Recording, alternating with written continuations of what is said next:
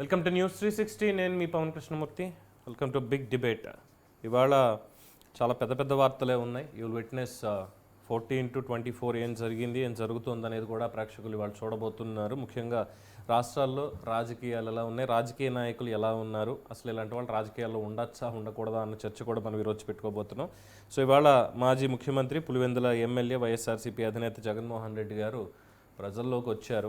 అంటే ప్రజల్లోకి వచ్చారు ఇన్ ద సెన్స్ మొన్న కూడా వరదలకు వచ్చారు అనుకోండి, ఏదో మొక్కుబడిగా. ఇవాళ జైలుకి వచ్చారు. జైలుకి వచ్చి నందిగం సురేష్ మాజీ ఎంపీ బాపట్ల ఆయన్ని కలిసారు. అరెస్ట్ అయ్యారు కాబట్టి, రిమాండ్లో ఉన్నారు కాబట్టి ములాఖాత్ అయ్యి అక్కడ ఏదో మాట్లాడారు.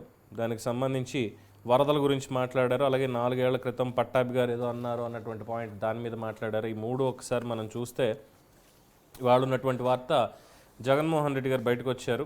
జగన్ బయటికి రావడం కూడా ఒక వార్తే. మరి ఎవరి కోసం బయటకు వచ్చారు, ఆయన ఎందుకు బయటకు వచ్చారు, విజయవాడ పరిసర ప్రాంతాల్లో ఉన్న వరద బీభత్సం, ప్రజల ఇబ్బందులు, రాష్ట్ర ప్రభుత్వం చేపడుతున్న పునరావాస కార్యక్రమాలు, ఇవన్నీ దేశం మొత్తం చూస్తుంటే, ప్రపంచం మొత్తం చూస్తుంటే, ప్రజలు విషాదంలో ఉన్న సమయంలో, ఇబ్బందులు ఉన్న సమయంలో మొక్కుబడిగా వచ్చి, అది కూడా ప్రభుత్వాన్ని విమర్శించడమే లక్ష్యంగా వచ్చి కనిపించి వెళ్ళిపోయారు. అలాగే తర్వాత ఇంకా పాయింట్, ఇప్పుడు అందరూ ఆలోచించాల్సింది, వరద బాధితుల పరామర్శకు సమయం అని జగన్మోహన్ రెడ్డి ఎందుకు నందిగం సురేష్ని చూడడానికే వచ్చారు స్పెసిఫిక్గా అన్నటువంటి పాయింట్. దీని మీద మండిపల్లి రామప్రసాద్ రెడ్డి గారు, మంత్రి గారు, అలాగే నిమ్మల రామానాయుడు గారు, at the same time Kolikapudi Srinivasarao గారు, తిరువురు ఎమ్మెల్యే, ఆయన కూడా దీని మీద వ్యాఖ్యానం చేశారు. అలాగే సవాల్ కూడా విసిరారు, మరి ఎందుకు వచ్చారు ఏంటి అని. అలాగే జగన్మోహన్ రెడ్డి గారు మాట్లాడినటువంటి మాటలు చూస్తే, ఆయన ట్వీట్ ఏంటి అనేది కూడా చూస్తే, తుఫాన్ రాబోతుందని 3 రోజుల ముందే చంద్రబాబుకి అలర్ట్ వెళ్ళిపోయింది, అయినా సరే ఎక్కడ అప్రమత్తత అనేది లేదు. మళ్ళీ same as it is Budameru గేట్లు ఎత్తి కరకట్ట మీద కొంపని ముంచకుండా ఉండడం కోసం అని చెప్పి ఇది చేశారా, అది కాపాడుకోవడానికి అని చెప్పి మళ్ళీ యాజ్ ఇట్ ఈస్గా స్క్రిప్ట్ని, అంటే బయటకు వచ్చి మనం స్క్రిప్ట్లో మాట్లాడుతున్నప్పటికీ దాన్ని కవర్ చేసుకుందామన్న ఆలోచన కూడా లేదు. మరి పక్కన ఉన్న వాళ్ళు చెప్పలేదో తెలీదు.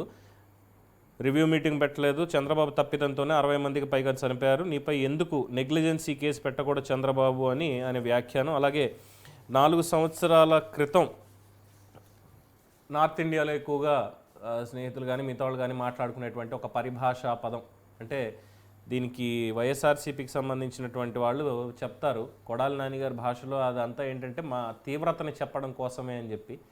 మరి ఆ పదాన్ని తీసుకొచ్చి గతంలో ఒకసారి పోలీసు సంస్మరణ దినోత్సవం సభలో నన్ను ఫలానా చెప్పలేనండి ఎందుకు వచ్చింది, కానీ ఆ మాట అనేశారు అని ఈరోజు కూడా మళ్ళీ మీడియా ముందుకు వచ్చి, బీప్ కూడా వేయని ఏం చెప్పను, అదే మాటను మళ్ళీ రిపీట్ చేసి నన్ను ఇంత మాట అనేశారు అని చెప్పి ఆయన ఆపాదించుకొని ఏదో రాజకీయంగా మాట్లాడి ఆయన కూడా వెళ్ళిపోయారు. సో ఇక్కడ ఓవరాల్గా చూస్తుంటే దేని గురించి వచ్చారు అన్న పాయింట్ ఒకటి కనుమరుగైపోతుంది. పైకి మాత్రం 4 ఏళ్ల క్రితం మేము ఏదో చేసేసాము, అప్పుడే టీడీపీ ఆఫీస్ మీద ఏదో ధర్నా చేయడానికి వెళ్తే 1-2 రాళ్ళు అలా పడుంటాయి తప్పితే ఇంకోటి ఏం కాదు, వాళ్ళే మా మీద దాడి చేశారు అని చెప్పి చెప్పడం, ఇవన్నీ అంటే ప్రజల్ని ఇప్పటికీ కూడా నేను చెప్పిందే తప్ప అక్కడ ఏం జరిగింది అనేది అనవసరం అనేటువంటి పాయింట్ని ఆయన ఎస్టాబ్లిష్ చేయడానికి ప్రయత్నిస్తున్నారు. అయితే ఆయన ఈరోజే కాదు, ముఖ్యంగా పిన్నెల్లి రామకృష్ణారెడ్డి జైల్లో ఉన్నప్పుడు కావచ్చు, లేదంటే ఇప్పుడు నందిగం సురేష్ జైల్లో ఉన్నప్పుడు కావచ్చు, జైలుకి వెళ్ళి పరామర్శలు చేస్తూ ఉంటే అడుగుతున్నారు, వీళ్ళు ఏమైనా స్వాతంత్ర సమరయోధులా, లేదా స్వాతంత్ర ఉద్యమంలో పాల్గొన్నారా, ప్రజా ఉద్యమాల్లో పాల్గొన్నారా, జైలుకి వెళ్ళి కలవడానికి ఏ మొహం పెట్టుకుని వెళ్తున్నాడు, ప్రజలందరూ కూడా ఇక్కడ ఇబ్బందులు పాలవుతూ ఉంటే కనీసం సహాయక చర్యల్లో పాల్గొనాలి అన్నటువంటి మాట మాట్లాడిన జగన్ రెడ్డి ఎందుకని చెప్పి ఈ జైల్లో ఉన్నటువంటి వాళ్ళ దగ్గరికి వెళ్తున్నాడు, ఏంటి దీని వెనకాల కాన్స్పిరసీ అని చాలామంది ప్రశ్నిస్తున్నారు. సో ఇదే అంశానికి సంబంధించి అలాగే నాడు నేడు ఈ బరితెగింపు హెచ్చరించారు. చాలా హెచ్చరికలు ఏంటంటే, అధికారం మీకు ఎప్పుడు శాశ్వతం కాదు, రేపు మాకు వస్తుంది, వచ్చిన వెంటనే మిమ్మల్ని కూడా జైల్లో వేస్తాం, ప్రతి ఒక్కరిని, రెడ్ బుక్ అంటే మీకే కాదు మాకు కూడా ఉంటుంది, అది బరితెగింపు ఏం కాదు, ఖచ్చితంగా మిమ్మల్ని కూడా మేము అరెస్ట్ చేసి తీరుతాం, జాగ్రత్తగా ఉండండి అంటే హెచ్చరికలు జారీ చేస్తున్నారు. ఈ హెచ్చరికలు ఎందుకు నాకు అర్థం కాదు. సో ఇక ఇదే డిబేట్లోకి ఎంటర్ అవుదాం. మనతోటి జనసేన పార్టీ ప్రతినిధి, లీగల్ సెల్ చీఫ్ శాంతిప్రసాద్ గారు ఉన్నారు. అలాగే తెలుగుదేశం పార్టీ నుంచి పొనుగంటి శ్రీనివాసరావు గారు, తెలుగు యువత, అలాగే వైఎస్ఆర్సీపీ నుంచి మధుసూదన్ రెడ్డి గారు కూడా జాయిన్ అవుతున్నారు. శాంతిప్రసాద్ గారు,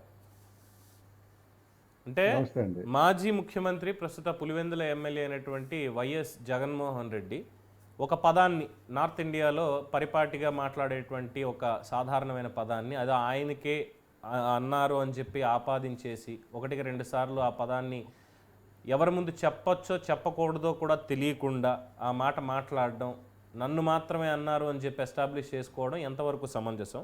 అట్ ద సేమ్ టైం అది కేవలం అది వారికి మాత్రమే వర్తిస్తుందా, వారిని అలా అనకూడదు అని మరి వారి పార్టీ నేతలు ఇంకెవరినైనా సరే వాళ్ళ ఇష్టం వచ్చినట్టు అదే పదంతో మాట్లాడొచ్చా? పవన్ గారు, మీకు ప్యానెల్లో ఉన్న సోదరులకు చూస్తున్నట్లు నమస్కారం. బోష డీకే అసలు ఈ పదానికి అయితే చాలా సహజంగా వాడే పదం. ఎవరన్నా కొంతమంది వ్యక్తులు వారు కొద్దిగా వాడే పదాలే. అట్లాగే కొంతమంది ఇంకా కొన్ని పదాలు హిందీ వాడతారు, వాటి అర్థాలు కూడా తెలియదు. అయితే అవి ఇప్పుడు మనం చెప్పడం కూడా బాగోదు, అనవసరం. అయితే ఏంటంటే ఆ రోజు పట్టాభి వాడింది సజ్జల రామకృష్ణారెడ్డిని ఉద్దేశించి. అవును, ఆయన ప్రెస్ మీట్ పెట్టి సజ్జల రామకృష్ణారెడ్డిని అరే బోషడీకే అనే మాట మాట్లాడాడు. సజ్జల రామకృష్ణారెడ్డిని సకల శాఖ మంత్రి, డిఫాక్టో ముఖ్యమంత్రి అనే కూడా సంబోధించారు. అయితే అక్కడ కట్ అండ్ పేస్ట్ చేశారో మరి ఏం చేశారో, మార్కింగ్ చేశారో, ఎడిటింగ్ చేశారో మనకు తెలియదు. మరి జగన్ రెడ్డి గారి దగ్గరికి అది బహుశా వీడియో తీసుకుంటే ముఖ్యమంత్రిని బోషడీకే అని తిట్టాడని ఆయనకు అర్థమయ్యేలా చూపించారో మరి తెలియదు. ఆయన ఆ రకంగా ఫీల్ అయ్యారు. ఫీల్ అవటమే కాక దాని మీద ఒక చర్య తీసుకోమని పురమాయించాడనేది ఇప్పుడు ఒక క్రిమినల్ కేసు నడుస్తుంది. తెలుగుదేశం పార్టీ ఆఫీస్ మీద దాడి చేసిన వ్యక్తులపైన కేసు. దాని గురించి చాలామంది పరారీలో ఉన్నారు, ఇద్దరు దొరికినట్లు ఉన్నారు. అందులో అతి ముఖ్యుడు నందిగురు సురేష్. ఈ దేవినేని అవినాష్ అయితే పరారీలోనే ఉన్నాడు. మరి ఇంకో గతంలో లేళ్ల అప్పిరెడ్డి కూడా ఉన్నారని చెప్తున్నారు. జోగి రమేష్ గాంచర్లు ఉన్నారని చెప్తున్నారు. జోగి రమేష్ వాళ్ళు సుప్రీంకోర్టులో మళ్ళీ యాంటిసిపేటరీ కోసం వెళ్ళాడని తెలిసింది. ఇది ఇట్లా ఉంటే అసలు ఆ పదానికి అర్థం ఇది అని ఎవరికి తెలియని సమయంలో ఆ పదానికి అర్థం ఇది అని చెప్తున్నాడు. అతనికి స్పృహ ఉండి మాట్లాడుతున్నాడో స్పృహ లేకుండా మాట్లాడుతున్నాడో తెలియదు. ఎందుకంటే వాళ్ళ చెల్లి ఒకసారి చెప్పింది, తర్వాత రఘురామకృష్ణరాజు కూడా చెప్పాడు, ఇతనికి మానసిక పరిస్థితి బాగాలేదు, ఇతను ఆ మానసిక పరిస్థితి సరి చేసుకోవడం కోసం తరచూ లండన్ వెళ్తాడు, అక్కడి నుంచి మందులు వాడుతుంటాడు తీసుకొచ్చి అనేది. బహుశా అదే కారణం. ఎందుకంటే పోలీసులకు సంబంధించిన ఒక మీటింగ్లో బోషడీకే అనే పదానికి అర్థం చెప్తూ ఆయన మాట్లాడుతూ అంటే ఏంటంటే పోలీసుల్ని ఆయన రెచ్చగొట్టినట్లు. అరే అబ్బాయి, మరి దాని మీద ఈ రకంగా మాట్లాడుతున్నారు, మీరు ఏం చేస్తున్నారు అన్నట్టు. రెండోది, ఆ రోజు దాడి చేసినప్పుడు ఏం చెప్పాడు, నా అభిమానస్తులు వాళ్ళకి బీపీలు రావా, వాళ్ళకి బీపీలు వచ్చినాయి కాబట్టి దాడి చేశారని చెప్పి, అంటే దాడిని కూడా ప్రోత్సహించాడు. ఈ రకమైన మనస్తత్వంతో ఉన్న వ్యక్తి పోనీ ఇతను ఏమన్నా మాటల్లో మంచి వక్త, స్పష్టమైన తెలుగు, స్వచ్ఛమైన పదాలు, అశ్లీలతో అసభ్యం లేని పదాలు వాడతా అంటే పవన్ కళ్యాణ్ గారు ఉద్దేశించి ఎవరన్నా వారి ధర్మపత్నుల గురించి ఎవడన్నా బుద్ధున్నోడు మాట్లాడతాడా, నోటికి అన్న తినోడు ఎవడన్నా మాట్లాడతాడా? కానీ ఇతను మాట్లాడాడు. ఎక్కడ చిన్నపిల్లల దగ్గరికి వెళ్ళినప్పుడు అక్కడ మాట్లాడాడు. 4 పెళ్ళిళ్ళు, 4 పెళ్ళాలు కార్లు మార్కెట్ మారుస్తాడు, సంవత్సరానికి ఒక పెళ్ళ. మరి ఆయనకు 4వ పెళ్ళ ఎవరో తెలియదు. పవన్ కళ్యాణ్ గారు ఒక రోజు తిరిగిచ్చారు, నువ్వే అనుకుంటా 4వ పెళ్ళ నా గాల దగ్గరికి. అంత వెకిలితనంగా మాట్లాడే ఇతని దగ్గర ఉండేవాళ్ళు జోగి రమేష్ కానీ, అంబటి రాంబాబు కానీ, రోజా రెడ్డి కానీ, ఆ గుడిసే అది ఎవరో మన అమర్నాథ్ అతను కానీ, అన్నిటికన్నా హైలైట్ ద్వారంపూడి. ఇతను రోడ్డు మీద మీటింగ్ జరుగుతుంటే పక్కన వంగా గీత గారిని పెట్టుకొని పవన్ కళ్యాణ్ గారి తల్లిని గురించి, ఆమె మహిళ, ఇదే పోషడి కంటే అర్థం వచ్చే పదాన్నే ఆ రోజు డైరెక్ట్గా ఉచ్చరించాడు. ముందు అతను ధర్నా చేద్దాం అనుకోని అక్కడ భానుగుడి సెంటర్ వరకు వెళ్ళి అక్కడ ధర్నా చేస్తుంటే ఇంటి మీద దాడికి వచ్చారని మా జనసైనికుల్ని వెంటాడి కొట్టిన ఘటన ఆ రోజు కాకినాడలో ఎంత వైరల్ అయిందో మీరు చూసారని అందరికీ తెలుసు. ఇప్పుడు చెప్పండి, అసలు బూతులు మాట్లాడుతూ పిహెచ్డి చేసింది ఎవరు? వాడమ్మ మొగుడు చెప్పాడా, వీడమ్మ మొగుడు చెప్పాడా? ఇక్కడ ఇంకొక మాట మీకు యాడ్ చేయాలి దీనికి. వైఎస్ఆర్సీపీకి సంబంధించి రాయలసీమ నేత ఒక ఆయన ఇప్పుడు మీరు అన్నటువంటి పదం అంటే ఎరా ఎస్పీ ఎస్పీ అమ్మమ్మ కూడా అని అంటే ఇదంతా పరిభాష మా మాట తీవ్రతని తెలియజేయడం కోసం మామూలుగా వాడతారు తప్పితే అదేమి పెద్ద బూతు కాదు ఇంకోటి కాదు అంటూ వైఎస్ఆర్సీపీ నేత ఒకరు చెప్పారు. దానికి సంబంధించిన వీడియో కూడా మీడియాలో చక్కర్లు కొడుతోంది. సార్ ఎప్పుడో ఎందుకు తెలుస్తుంది, ఎందుకు జనం కోరుతున్నా సురేష్, నేను ఒక మాట చెప్తాను సార్. నేను ఆంధ్రాలో క్లారిటీ లేదు సార్. చిన్న టెక్నికల్ ఇష్యూ.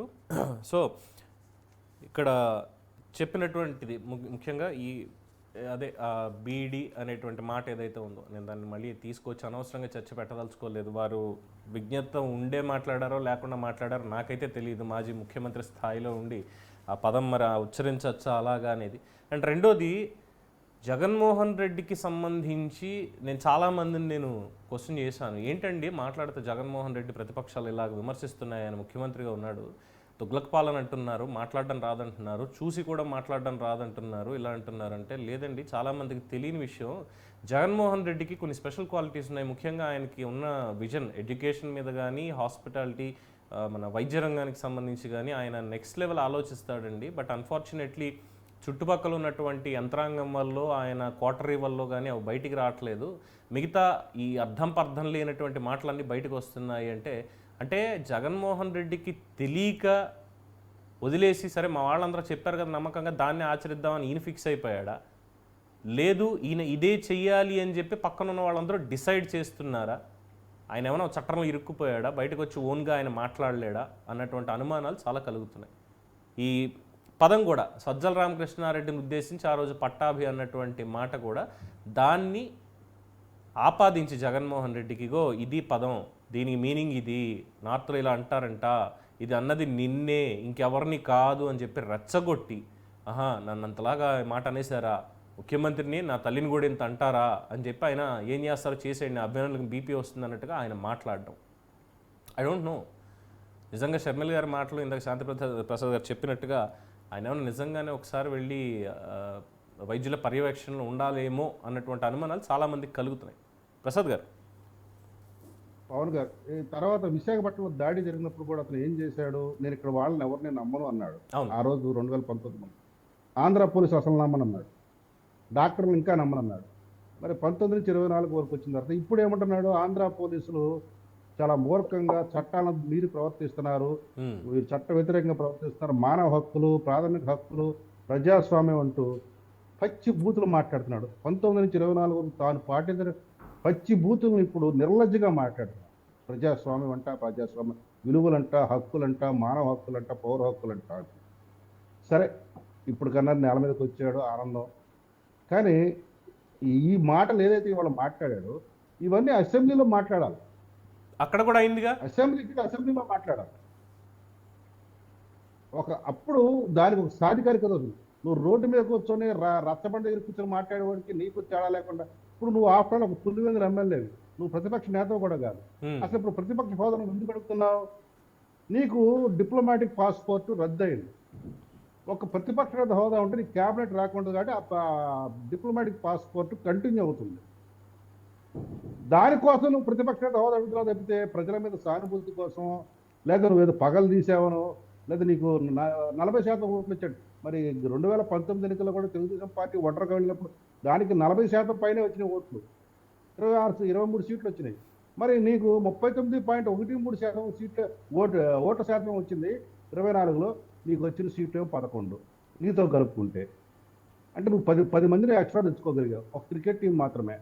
మరి నీకు ప్రతిపక్ష హోదా ఎట్లా వస్తుంది? ఎందుకు నువ్వే మాట్లాడావు అసెంబ్లీలో, ఎస్ నేను కళ్ళు తెరిస్తే 5 అటు నుంచి ఇటు అయితే నీకు ఆ ప్రతిపక్ష హోదా కూడా ఉండదు. గుర్తు చేపట్టుకో చంద్రబాబు నాయుడు ఆ రోజు స్పష్టంగా నువ్వేగా చెప్పింది. ఈ రోజు నువ్వు ఎందుకు ఆ ప్రతిపక్ష హోదా అడుగుతున్నావు అంటే నీ డిప్లొమాటిక్ పాస్పోర్ట్ కొనసాగింపు కోసము. అది నీకు జరగదని తెలిసిన తర్వాత ఎవడన్నా బుద్ధున్నాడు ఒక సంవత్సరం అక్కడ కోర్టు పర్మిషన్ ఇస్తే దాని మీద ముందు ఆ విదేశాలకు వెళ్ళి వస్తుంది. కానీ నాకు కాదు 5 సంవత్సరాలు కావాలన్నాడంటే ఇక్కడ ఈ దేశం వదిలి పారిపోవడానికి కానీ సిద్ధపడుతున్నాడా అనేది ఇప్పుడు మా అందరికి వస్తున్న అనుమానాలు.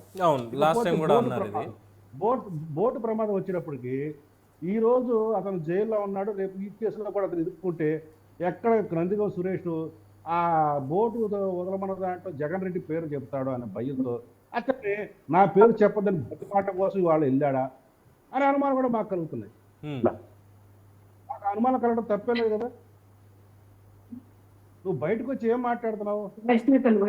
పౌష్టికీకరణ పదానికి ఈ రోజు కేసు ఏంటి అంటున్నావు? కేసు ఏ రోజైనా కేసు ఒకసారి రిజిస్టర్ అయితే ఎఫ్ఐఆర్ కట్టిన తర్వాత దానికి ఎప్పుడైనా లైవ్ లో ఉంచవచ్చు. అవును. నువ్వు ఆ కేసు పెట్టి అతను అరెస్ట్ చేస్తే అసలు నువ్వు ఎందుకు వస్తున్నావు రాష్ట్రానికి? ఎవడన్నా నేరస్తులు అరెస్ట్ అయితేనో లేదా ఏదైనా శవం కనపడితేనే వస్తున్నావు. ప్రజల యొక్క సమస్యల గురించి రావట్లే. అంటే నువ్వు ఆంధ్ర రాష్ట్రానికి రావాలి అంటే 24 ఎన్నికల తర్వాత ఒక శవం కనపడాలి, లేదా ఒక నేరస్తులను జైల్లోకి వెళ్ళాలి.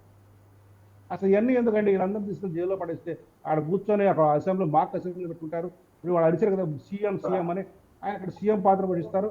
వీళ్ళందరూ కూడా మంత్రులు ఉండు టీవీ డిబేట్ లో ఉన్నా వాళ్ళ కోరిక మనం ఈ కూటమి ప్రభుత్వం తీర్చాలని కోరుకుంటాను. వీళ్ళందరినీ కలిపి ఒకేసారి ఒకే జైల్లో కుదిరితే ఇక్కడ లేకపోతే చెంచల్ కూడా ఎక్కడైనా సరే పెట్టి చేస్తే అయితే ఇక్కడ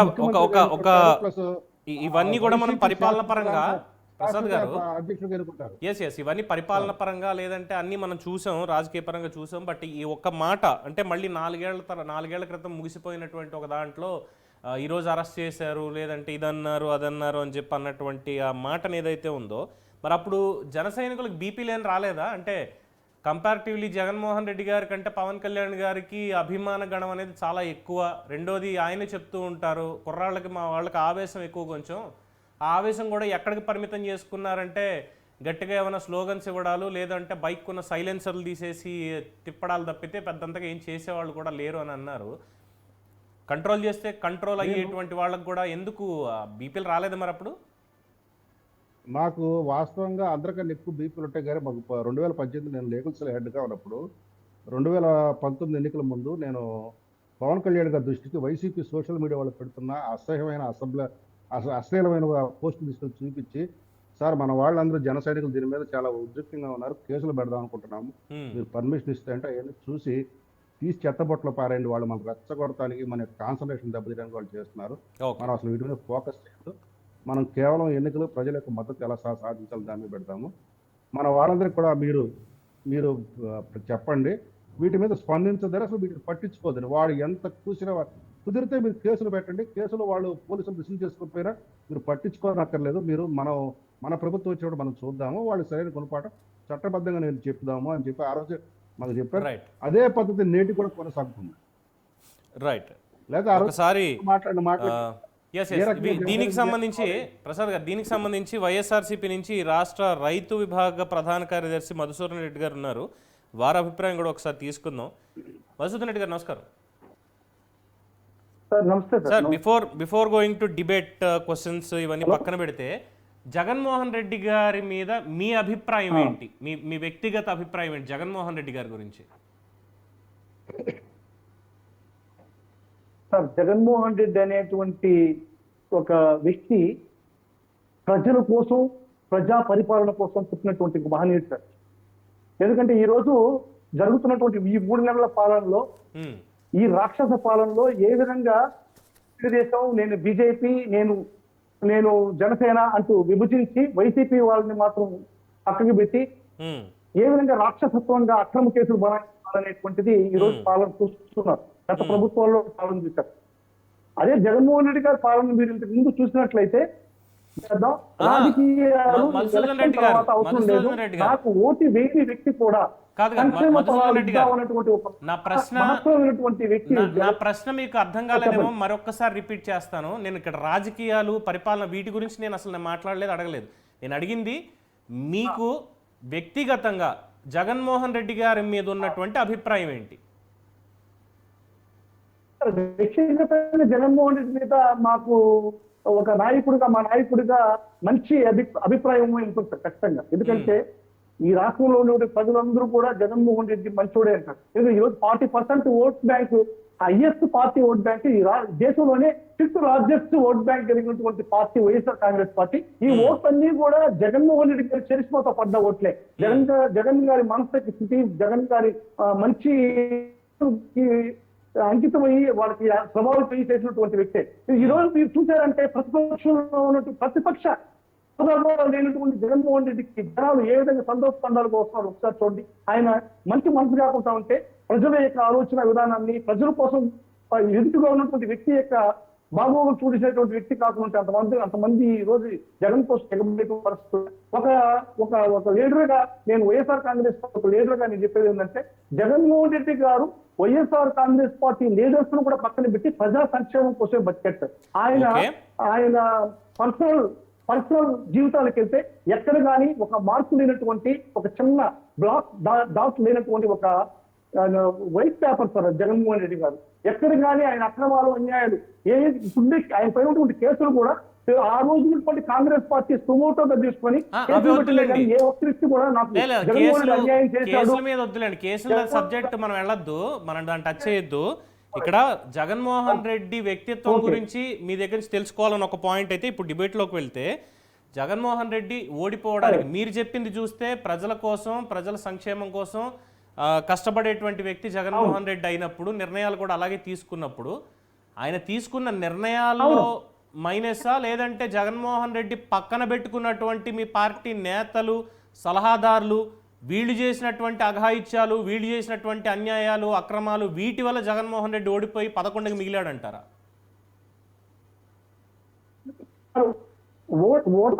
ఓటమి గెలుపు అనేది ప్రజాక్షేత్రంలో ప్రధానంగా జరుగుతుంది సార్. మన ఎన్టీఆర్ గారు ఓడిపోయారు, ఇందిరాగాంధీ గారు ఓడిపోయారు. ఓటమి అనేది గెలుపుకి ఏ విధమైనటువంటి ప్రాబిలిటీ ఉంటుందో ఓటమి కూడా అదే విధంగా ప్రాబిలిటీ ఉంటుంది. ఈ రోజు కూటమి అంతా చేరి ఏదో ఈ పత్రికలు ఏదో మాయ చేసి అవన్నీ గెలిపించారు. కానీ ఇప్పుడు ఒక విధమైనటువంటి అనుమానం ఉంది సార్. ఇప్పుడు ఈవీఎంల మీద కూడా అనుమానం ఉంది. ఎందుకంటే జనాల్లో ఇప్పుడు ఈవీఎంల మీద కూడా అనుమానం ఉంది.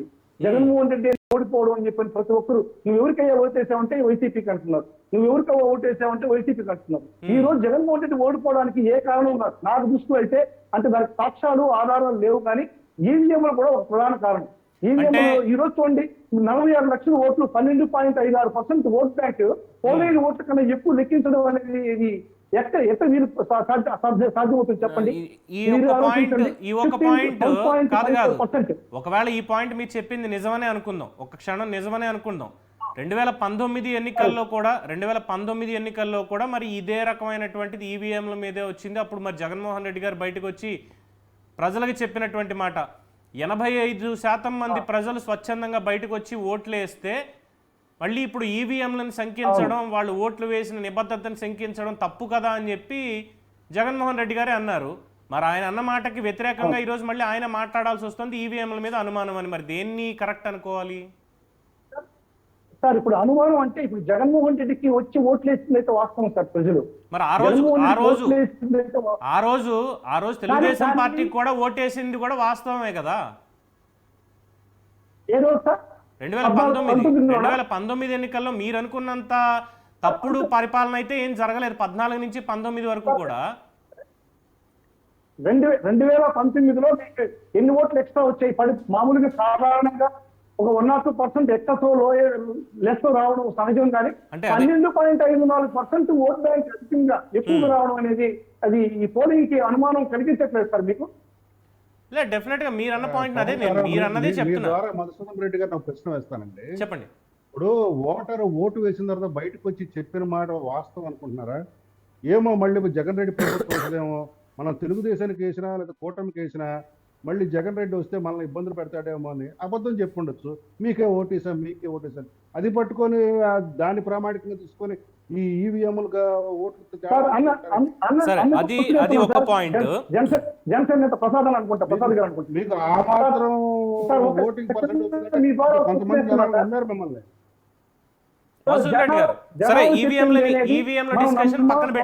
మేము కూడా దాన్ని రసాయనంగా చూసుకోవట్లేదు. ఎక్స్ట్రా 40 లక్షల ఓట్లు 40 లక్షల ఓట్లు ఎక్స్ట్రా వచ్చింది వాస్తవమా కాదా సార్? 45 lakhs. ఇప్పుడు ప్రభుత్వానికి జగన్మోహన్ రెడ్డి ప్రభుత్వానికి మనకు ఉండేటువంటిది హలో అలా కాదండి. మీరు చాలా మంది ఉన్నారు సార్. హైకోర్టుకి పోతే 45 రోజులు చేస్తూ ఉండాల్సినటువంటి వీవీప్యాట్లని 10-15 రోజుల్లో వాటిని నాశనం చేయడం అనేది ఎంతవరకు సమంజసం? దీనికి అనుమానం ఇంకా అది ఎక్కువగా కోర్టులో ఉండదు. 15 కోర్టులో ఉంది రోజుల్లోనే కాబట్టి కోర్టులో ఉంది కాబట్టి మధుసూదన్ రెడ్డి గారు కోర్టులో ఉంది కాబట్టి రేపు ఆ వివరాలన్నీ బయటకు వస్తాయి. రేపు ఆ వివరాలు కోర్టులో ఉంది కాబట్టి బయటకు వస్తాయి. అదొక్కటే కాదు, ఇందాక అడిగినట్టు జగన్మోహన్ రెడ్డి గారి ఓటమికి సరే ఇప్పుడు ఈవీఎంలను పక్కన పెడితే ఆయనంతటా ఆయన తీసుకున్న నిర్ణయాలు అని నేను అనుకోను. కానీ ఆయన పక్కన పెట్టుకున్నటువంటి మనుషులు, సలహాదారులు కావచ్చు, మంత్రులు కావచ్చు, మిగతా నాయకులు కావచ్చు, తీసుకున్నటువంటి నిర్ణయాలు కావచ్చు, వీటి వల్ల ఓడిపోయారు అనడంలో వాస్తవం ఉందంటారా లేదంటారా?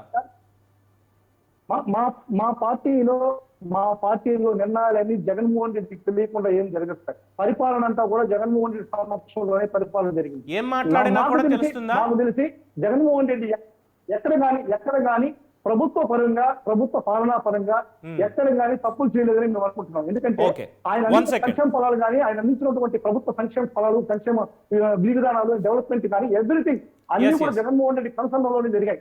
ఏదో నాయకుడు ఎవరో చెప్తారు, సజ్జల రామకృష్ణారెడ్డి వచ్చి ఆయన్ని తప్పుదోవ పట్టించాడు, ఇంకొక నాయకుడు తప్పుదోవ పట్టించాడు అనేది అవాస్తవం. ఎందుకంటే జగన్మోహన్ రెడ్డి పరిపాలన తీసుకోవాల్సిన అవసరం జగన్మోహన్ రెడ్డి. ఆయనకి తెలియకుండా మంత్రి గాని, ఎమ్మెల్యేలు గాని, సలహాదారులు గాని ఏ పని చెయ్యరు అనేది మీరు చెప్తున్నటువంటి మాట. సలహాదారులు అనేది జనరల్ గా ఏ ప్రభుత్వం ఎన్నిక సలహాదారులతో సలహాలు ఇవ్వడం అనేది, సలహాదారులు ప్రభుత్వం నడిపించేటువంటి అవసరం, అటువంటి పరిస్థితి జగన్మోహన్ సంస్కారం తెలుసు, పరిపాలన దక్షుడు, ఆయనకి తెలియని పరిపాలన విధానాలు లేదు, ఆయనకి వేరే వాళ్ళు ఇన్ఫ్లుయెన్స్ చేయాల్సిన అవసరం లేదు సార్. ఒక్క నిమిషం మధుసూదన్ రెడ్డి గారు, ఒక్క నిమిషం. ఇంకా చాలా డీటెయిల్స్ ఉన్నాయి మనం మాట్లాడుకోవాల్సింది, కంగారు పడక్కర్లేదు. సో తెలుగుదేశం పార్టీ నుంచి తెలుగు యువత ప్రతినిధి పోనుగంటి శ్రీనివాసరావు గారు నమస్కారం. శ్రీనివాసరావు గారు వినిపిస్తుందా? శ్రీనివాసరావు గారు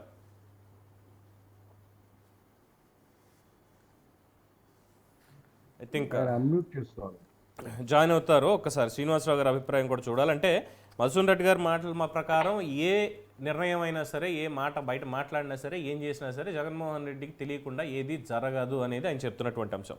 నోట్ చేసుకుందాం, డెఫినెట్గా అదే నిజం అనుకుందాం ఒక మాట.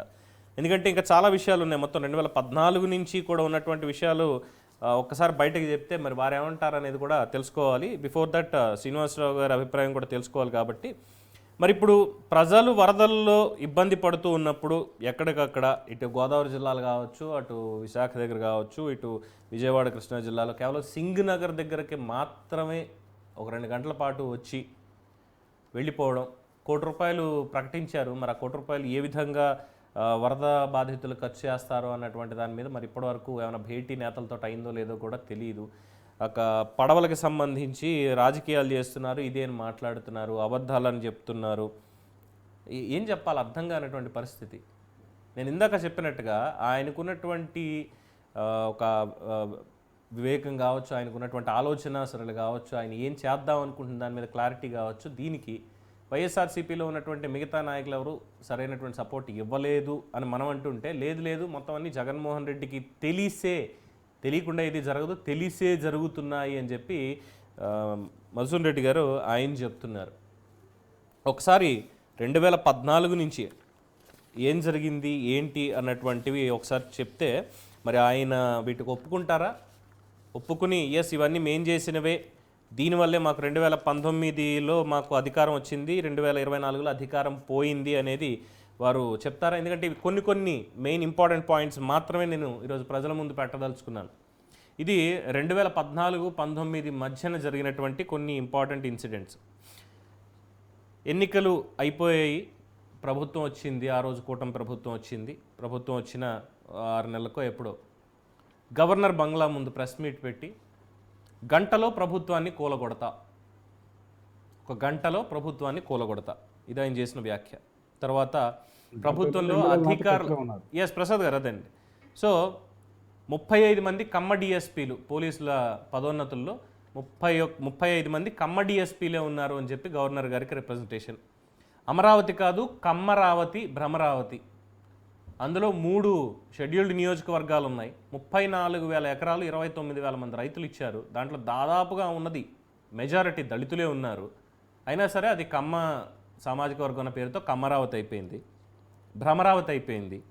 అలాగే కలియుగ దైవం వెంకటేశ్వర స్వామికి సంబంధించి పింక్ డైమండ్ విజయసాయిరెడ్డి ఉన్నటువంటి దీక్షితులు, మిగతా వాళ్ళు, కొంతమంది మాజీ ఐఏఎస్లు పింక్ డైమండ్ ఒకళ్ళు మాత పోటు దగ్గర స్వామివారి పోటు నగలు నేలమాళిగి నుంచి తీసి తవ్వి దొబ్బేశారు అని విజయసాయిరెడ్డి చంద్రబాబు కోడల దగ్గర ఉన్నాయి, ఆయన్ని మీద ఇప్పుడు సిబిఐ వాళ్ళు వెళ్తే ఆయన బెడ్రూమ్లో దొరికితే, లేదంటే దేశం దాటిచ్చేస్తాడు.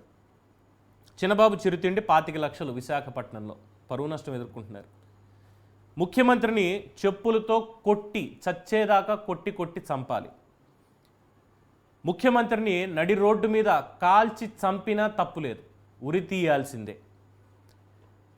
బాబాయ్ గొడ్డలి వేటు, గుండెపోటు, అనుమానాస్పద మృతి, చివరికి వచ్చేసరికి నారాసుర రక్త చరిత్ర, దారుణ హత్య, సమగ్ర సీన్ డైరీని అక్కడ సిఐ శంకర్రావు కానీ మిగతా వాళ్ళు కానీ చెప్పకముందే అక్కడ చెప్పడం, అలాగే అమరావతి మాత్రమే రాజధానిగా ఉంటుంది అని చెప్పి ఒక ఛాన్స్ అడగడం, కోడికత్తి సంఘటన జరిగినప్పుడు చంద్రబాబు కుట్రది, చంద్రబాబే చేయించాడు దగ్గరుండి, మాకు ఏపీ పోలీసుల మీద డాక్టర్ల మీద నమ్మకం లేదు. ఇవి కేవలం మచ్చుకి కొన్ని సంఘటనలు మాత్రమే 14 నుంచి 19 మధ్యలో జరిగినటువంటివి.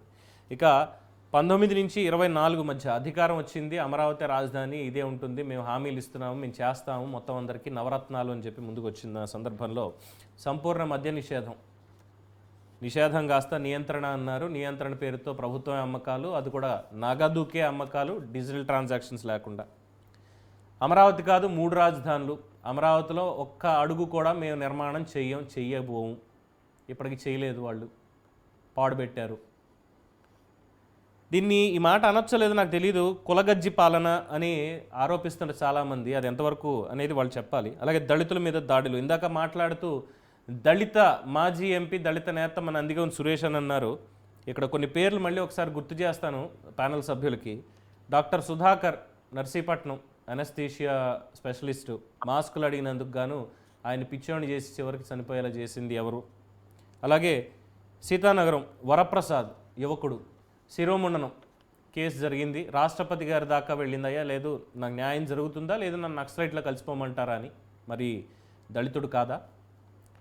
అలాగే కరోనా టైంలో కిరణ్, దళిత యువకుడు, హెల్మెట్ పెట్టుకోలేదునో మాస్క్ పెట్టుకోలేదునో పోలీసులు లాఠీలతో కొడితే చచ్చిపోయాడు అక్కడే. వాళ్ళ సిస్టర్ నేషనల్ మీడియాకు కూడా వెళ్ళి అక్కడ చెప్పింది బాధ, ఇప్పటికి మన న్యాయం జరిగిందో లేదో తెలియదు, దళితుడు కాదా? తర్వాత డాక్టర్ అనితారాణి, ఈవిడ కూడా దళిత సామాజిక వర్గమే, వీడియోలు తీశారు, వివస్త్రం చేద్దామని ట్రై చేశారు, చాలా సిగ్గుచేటు కరోనా టైంలో, ఎంత దౌర్భాగ్యం. తర్వాత మైనారిటీలకు సంబంధించి అబ్దుల్ సలాం కుటుంబం ఆత్మహత్య, ఆటో డ్రైవర్, చిన్నపిల్లలు ఇద్దరిని తీసుకొని వెళ్ళి మొత్తం కుటుంబం అంతా రైలుకి ఎదుర్కొన్న నిపుణులు చనిపోయారు. పనిచేసిన పోలీసులు కావచ్చు, మిగతా వాళ్ళు కావచ్చు, వెనకాల ఉన్నటువంటి వాళ్ళు కావచ్చు, ఎవరో తెలియదు. అలాగే దళిత యువకుడు ఓం ప్రతాప్, పుంగనూరు నియోజకవర్గం, ఈ మద్యం మత్తులో ఒక మాట అన్నాడు, ఆ మాటని నేను కూడా ఖండించాను, నేనే కాదు మొత్తం అందరూ ఖండించారు, తప్పలా మాట్లాడకూడదని. నెక్స్ట్ డే 7 తేలింది. తెలుగుదేశం పార్టీ పట్టాభి ఇంటి మీద 2 సార్లు దాడి, ఆయన మీద 2 సార్లు దాడి, టీడీపీ ఆఫీస్ మీద మారణహోమం. రంగనాయకం గారు ఒక సాధారణ మహిళ, ఎక్కడో వాట్సాప్లో ఆవిడకి ఏదో పాపం పోస్ట్ వచ్చింది, ఇందులో వాస్తవాలు ఉన్నాయో లేదో ఏంటో, ఇదేదో బాగుంది చదవడానికని ఆవిడ సోషల్ మీడియాలో కాపీ పేస్ట్ చేసింది తప్పితే నేను ఫలానా వాళ్ళని అంటున్నాను అలా తీసుకెళ్ళి అరెస్ట్ చేశారు. ఆవిడకున్న శంకర విలాసం కూడా రాజకీయంగా ఏం చేశారనేది అందరికీ తెలిసిందే. తర్వాత వ్యవస్థల విధ్వంసం, ఎవరిని పడితే వాళ్ళని అరెస్ట్ చేయడం, ఆఖరికి సీనియర్ జర్నలిస్ట్ అయినటువంటి అంకబాబు గారిని గ్రూప్లో ఏదో క్వశ్చన్ అడిగారని చెప్పి ఆయన్ని అరెస్ట్ చేశారు. ఇక కోర్టుల్లో అయితే ముట్టగాయల పరంపర, తెలుగు భాష ఖూని, తర్వాత అంతులేని అవినీతి, ఇసుక కావచ్చు, మద్యం కావచ్చు, ల్యాండ్, శాండ్, వైన్, మైన్, ఇవన్నీ అంటే ఇవి అప్పుడున్నటువంటి ప్రతిపక్షం ఆరోపణలు. టీడీపీ నేతల మీద కక్ష సాధింపులు, బోండా ఓం మీద కావచ్చు, బుద్ధా వెంకన్న మీద కావచ్చు, మిగతా వాళ్ళ మీద తురగా కిషోర్ అని ఇంకొకళ్ళని. అలాగే బోరుగడ్డ అనిల్ కుమార్ అనేటువంటి వ్యక్తి జగన్మోహన్ రెడ్డి గారి పార్టీకి, జగన్ గారికి చాలా వీరాభిమాని, చంద్రబాబుని లోకేష్ని ఇద్దరిని లేపేస్తా, ఇందాక చెప్పినటువంటి మాట ఆ బోస డీకే అనేటువంటి దానికి తెలుగు పదానికి అర్థం ఏదో చెప్తున్నారు కదా, అది కూడా డైరెక్ట్గా మీడియాలో మాట్లాడుతూ అబ్బా కొడుకులు ఇద్దరిని లేపేస్తా అని చెప్పి మాట్లాడడం, తప్పుడు కేసులు, లేని సాక్ష్యాలు, పోలవరం దగ్గర నుంచి మొదలు పెడితే ఇరిగేషన్ మొత్తం అన్నీ కూడా. ఇక్కడ ఇంకో పాయింట్ కూడా చెప్తా, అలాగే మీడియా మీద దాడి, పవన్ కళ్యాణ్, చంద్రబాబు, లోకేష్ మీద వ్యక్తిగత ఆరోపణలు ఇష్టం వచ్చినట్టు మాట్లాడడం, ఏ ఒక్క రోజు కూడా పబ్లిక్లోకి వచ్చింది లేదు పరదాలు లేకుండా, స్కూళ్ళకి సెలవులు ఇవ్వకుండా, ఆఫీసులు అక్కడ ఉన్నటువంటి షాపులు క్లోజ్ చేయకుండా, ఆర్గనైజ్డ్ గవర్నమెంట్ టెర్రరిజం, ఇది నేనన్నమాట కాదు, వ్యవస్థలు కోర్టులు అన్నటువంటి మాట. మాజీ జస్టిస్ రాకేష్ కుమార్ గారు కాకిస్టోక్రసీ అని చెప్పి ఈ హెబియస్ కార్పస్ పిటిషన్స్ మీద చేసినటువంటి వ్యాఖ్య. ఇక ఇలా చెప్పుకుంటూ వెళ్తే టైం సరిపోదు. అలాగే ప్రకృతి విధ్వంసం, ఇది మ్యాన్మేడ్ అని దీన్ని చెప్పొచ్చు. చెట్లు నరికివేత ఎక్కడికక్కడ, ముఖ్యమంత్రి భద్రత పేరుతో 100 ఏళ్ళు, 200 ఏళ్ళు, 300 ఏళ్ళు వయసు ఉన్నటువంటి చెట్లను కూడా నరికేసి, అది విశ్వవిద్యాలయాల దగ్గర, రోడ్ల మీద, ఇంకెక్కడైనా సరే భద్రత పేరుతో చేసినటువంటి అది. ఇక ఇలాంటివి చెప్తే ఇంకా చాలా ఉన్నాయి. 24 నుంచి మొదలు పెడితే జూన్ 4 రిజల్ట్ వచ్చిన దగ్గర నుంచి 30 రోజులకే రాష్ట్రంలో శాంతి భద్రతలు లేవు, రాష్ట్రపతి పాలన పెట్టేయాల్సిందే. దేనికో తెలియదు. తర్వాత ముఖ్యమంత్రికి, ఉప ముఖ్యమంత్రికి హెచ్చరికలు. కూల్చేస్తాం, మీ ప్రభుత్వాన్ని ఉండనివ్వం, ఏమనుకుంటున్నారో మీరు అని. వరదల మీద ఇష్టారీతిన వ్యాఖ్యలు. ఈ మాట ఎందుకంటున్నానంటే, ఇవాళ మాట్లాడుతూ బుడమేరు, మళ్ళీ దాన్ని బుడమేరు నది మీద గేట్లు అన్నారు. అక్కడ ఉన్నది వెలగలేరు రెగ్యులేటరీ, 1964లోనే ఏర్పాటు చేయబడినటువంటి దాని నుంచి ఎప్పుడు పూర్తయింది అనేది అందరికీ హిస్టరీ తెలిసిందే. పెద్దలు మధుసూదన్ రెడ్డి గారికి కూడా, ఎందుకంటే ఆయన రైతు విభాగానికి కార్యదర్శిగా ఉన్నారు కాబట్టి మొత్తం ఇరిగేషన్ మీద ఆయనకు కూడా అవగాహన ఉంటుంది అని చెప్పి నా నమ్మకం. అట్ ద సేమ్ టైం 2 రోజుల్లో ఒక్కసారి ఏదో సింగనగర్లో మళ్ళీ మేమే మొత్తం రీటైనింగ్ వాళ్ళు కట్టామన్న ఒక ప్రచారం చేసుకోవడం, ఇది తప్ప ఇంకోటి కానే కాకుండా ఈ జైలుకి వెళ్ళి ఈవీఎంలు పగలగొట్టిన పిన్నెల్లిని కానీ, లేదంటే ఈ బోట్లకు సంబంధించిన ఇష్యూలు, ఏదో తెలుగుదేశం పార్టీ కార్యాలయం మీద దాడి చేసిన దాంట్లో నందిగం సురేష్ అరెస్ట్ అయితే రిమాండ్ విధిస్తే అక్కడికి వెళ్ళి కలిసి వస్తున్నారు తప్పితే ఇంకేం లేదు అనేవి. ఇవన్నీ చాలా ఉన్నాయి చెప్పుకోవడానికి. అయితే ఇక్కడ అన్నమయ్య ప్రాజెక్టు గురించి పవన్ గారు మీరు ఒక విషయం మర్చిపోతున్నారు. ఇంకా ఉన్నాయి సార్. దగ్గర నుంచి బయటకు వచ్చిన తర్వాత పిన్నెల్లి ఆ నేరం చేశాడని ఇతను బహిరంగంగా చెప్పాడు. ఎస్ అది మీరు చెప్తారు. కానీ నా ప్రశ్న మధుసూదన్ రెడ్డి గారికి, మధుసూదన్ రెడ్డి గారికి నా ప్రశ్న ఏంటంటే, గౌరవ జగన్మోహన్ రెడ్డి గారు ఇందాక మాట్లాడుతూ వెలగలేరు అన్న మాట కాకుండా బుడమేరు నది మీద గేట్లు ఎత్తేసి చంద్రబాబు కరకట్ట మీద కొంపని కాపాడుకోవడం కోసం విజయవాడని ముంచేశాడు అని చెప్పి ఒక తప్పుడు ఆరోపణ చేశారు అనేది మొత్తం అందరికీ తెలిసినటువంటి విషయమే. వెలగలేరు రెగ్యులేటరీకి ఉంది సార్. ఒక ప్రశ్న మీరు ఫినిష్ చేస్తున్నాను. అయితే గుండ్లకమ్మ గేటు కానీ, పులిచింతల గేటు కానీ, ముఖ్యంగా Annamayya gate, Annamayya dam gate, 45 మంది చనిపోయారు, 10 ఊళ్ళకు పైగా మొత్తం కొట్టుకుపోయాయి. మరి దాన్ని ఏమనాలండి? దానికి ఏం సమాధానం చెప్తారు? అంటే ఇందాక మీరు ఒక మాట అన్నారు, జగన్మోహన్ రెడ్డి గారికి తెలియకుండా మేము కానీ మా నేతలు కానీ ఏమి చెయ్యము, ఏమి మాట్లాడము, ఆయనకి తెలిసే ఉంటాయని. అంటే 2014 నుంచి అబద్ధాలు, మోసాలు, కుట్రలు, ఇలాంటి తప్పుడు ప్రచారాలే మీరు చేశారని ఒప్పుకుంటున్నారా? ఎందుకు చేశారు సార్ తప్పుడు ప్రచారం? ఏం తప్పుడు ప్రచారాలు చేశారు? ఈ రోజు జగన్మోహన్ రెడ్డి గారు ఏం తప్పుడు ప్రచారం చేస్తున్నాడు? ఇప్పుడు బుడమేరులో ఉన్నటువంటి రెగ్యులేటర్ ని ఓపెన్ చేసింది వాస్తవం కదా. మరి బుడమేరులో ఓపెన్ అయింది బుడమేరు. అసలు బుధవారం రోజు వరదలు వస్తాయని చెప్పని సైక్లోన్స్ ప్రకటించింది వాస్తవం కదా. మరి బుధవారం నుంచి బేస్తా శుక్రవారం 2 రోజులు 2.5 రోజు ఈ విజయవాడ ప్రజలకి ఉంది కదా, మీరు ఎందుకు కలెక్ట్ చేయలేకపోయారు? చంద్రబాబు నాయుడు కలెక్ట్ చేయలేకపోయాడు. ఒక చిన్న ఇష్యూ చెప్తాను సార్. అదేంటి, రెయిన్ సెంటర్స్ మిషన్స్ చేస్తున్నాయంట. ఈ రోజు చూడండి, ఎంత ఒక ముఖ్యమంత్రి హోదాలో ఉన్నటువంటి ఇప్పుడున్నటువంటి టెక్నాలజీకి, ఇప్పుడున్నటువంటి శాటిలైట్ టెక్నాలజీకి ఎప్పుడో 100 సంవత్సరాలు లేమెట్ టెక్నాలజీలో వాటర్ కలెక్షన్ చేసి ఎంతో వాటర్ పడింది అని చెప్పేటువంటి ఒక ఈ రెయిన్ సెంటర్స్ ని, రెయిన్ మెజరింగ్ సెంటర్స్ చేయిపోయినాయి కాబట్టి మేము అలర్ట్ లేనటువంటి ఒక వ్యవస్థని తప్పుదోవ పట్టేది చంద్రబాబు నాయుడు చేసి తప్పు కదా. మీరు చెప్పండి, ఇప్పుడు శాటిలైట్ వ్యవస్థ ఉంది. ఒక స్క్వేర్ కిలోమీటర్ లో రాబోయే 24 hours లోనో, రాబోయేటువంటి 1 week లోనో ఎంత రెయిన్ ఫాల్ ఉంటుంది, ఎంత రెయిన్ పడుతుంది, ఎంత హార్వెస్ట్ అవుతుంది, దానికి ఎంత డిశ్చార్జ్ ఉంది అనేటువంటి చెప్పేటువంటి ఈ రోజు టెక్నాలజీలో మేము చంద్రబాబు నాయుడు నన్ను అడిగారు కాబట్టి చెప్తా. Centres, rain water measuring centres లేవు. అందువల్ల మేము ప్రజల్ని కాపాడలేకపోయాను. ఇది వైఎస్ఆర్ కాంగ్రెస్ పార్టీలో ఉన్నటువంటి అప్పుడు ప్రభుత్వం వాటిని రిపేర్ చేయలేదు. అందువల్ల మేము అలర్ట్ చేయలేకపోవడం చెప్పడం అనేది ఎంత శోచనీయం. అలర్ట్ చేయలేకపోయాం అన్నటువంటిది లేదు.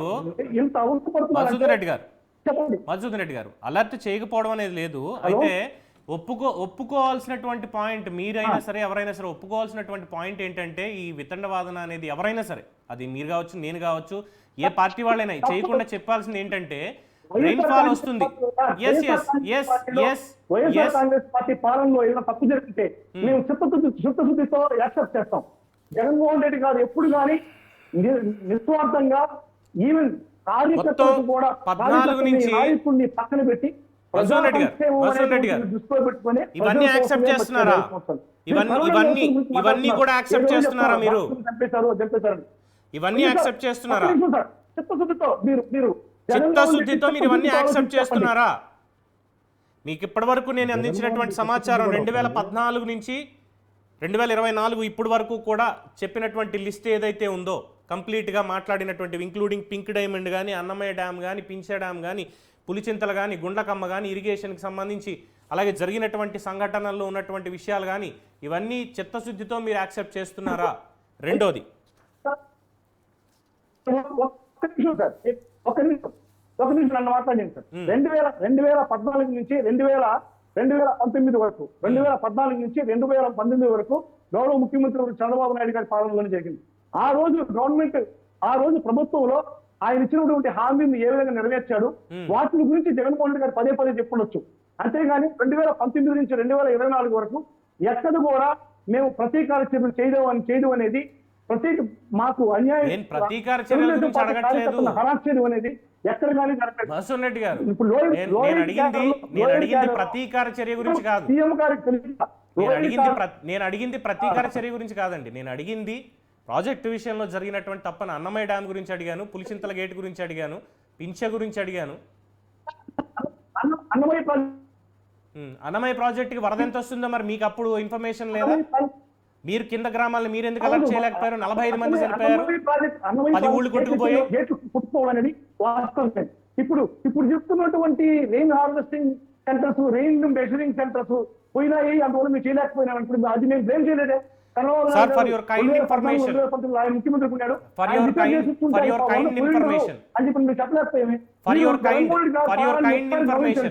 ఆయన పరిపాలించింది 2.5 సంవత్సరం.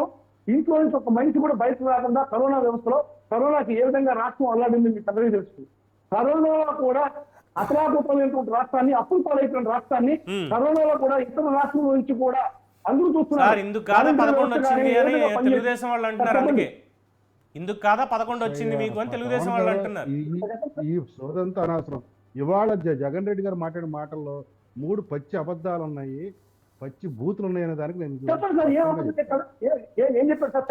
ప్రసాద్ గారు ఒక్క నిమిషం బిఫోర్ దట్ శ్రీనివాస్ గారికి సమయం ఇవ్వాలి, ఎందుకంటే ఇందాక టెక్నికల్ ఇష్యూతో కట్ అయింది. వసూన్ రెడ్డి గారు ఆగండి ఒక్క నిమిషం ఆగండి. వసూన్ రెడ్డి గారు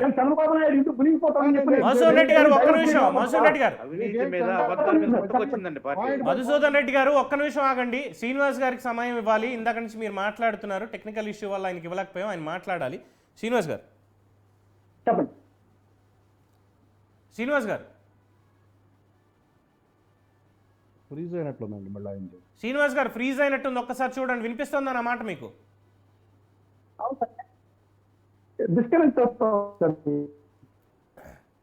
ఐ థింక్ ఒక్కసారి పీసీఆర్ ఒక్కసారి శ్రీనివాస్ గారు మళ్ళీ కనెక్ట్ చేయండి. ఇందులో ప్రసాద్ గారు ఈ వాయిస్ తీసుకుంటా. ప్రసాద్ గారు, సో వారు అడిగేది 3 బూతులు అడుగుతున్నారు. హలో, యా శ్రీనివాస్ గారు చెప్పండి. సార్, ప్యానెల్లో ఉన్న సభ్యులందరికీ నమస్కారం. చెప్పండి శ్రీనివాస్ గారు. హలో, చెప్పండి మాట్లాడండి సార్, మాట్లాడండి, వినపడుతుంది. ఈ జగన్మోహన్ రెడ్డి కానీ ప్రభుత్వం కానీ అవినీతి మీద అబద్ధాల మీద పుట్టుకొచ్చిన రోజు అబద్ధాలు ఏం చెప్తున్నారని చెప్పి మధుసూదన్ రెడ్డి గారు మాట్లాడుతూ ఉన్నారు. సార్, ఈ ప్రభుత్వం వచ్చిన దగ్గర నుంచి ప్రభుత్వ పుట్టుకే, ఆ పార్టీ పుట్టుకే అబద్ధాల మీద పుట్టుకొచ్చిన పార్టీ అండి. అబద్ధం అనేది జగన్మోహన్ రెడ్డి చెప్పడం ఎంత అమానుషం అంటే, ఈ రోజు మీరు సూపర్ 6 చెప్పారు.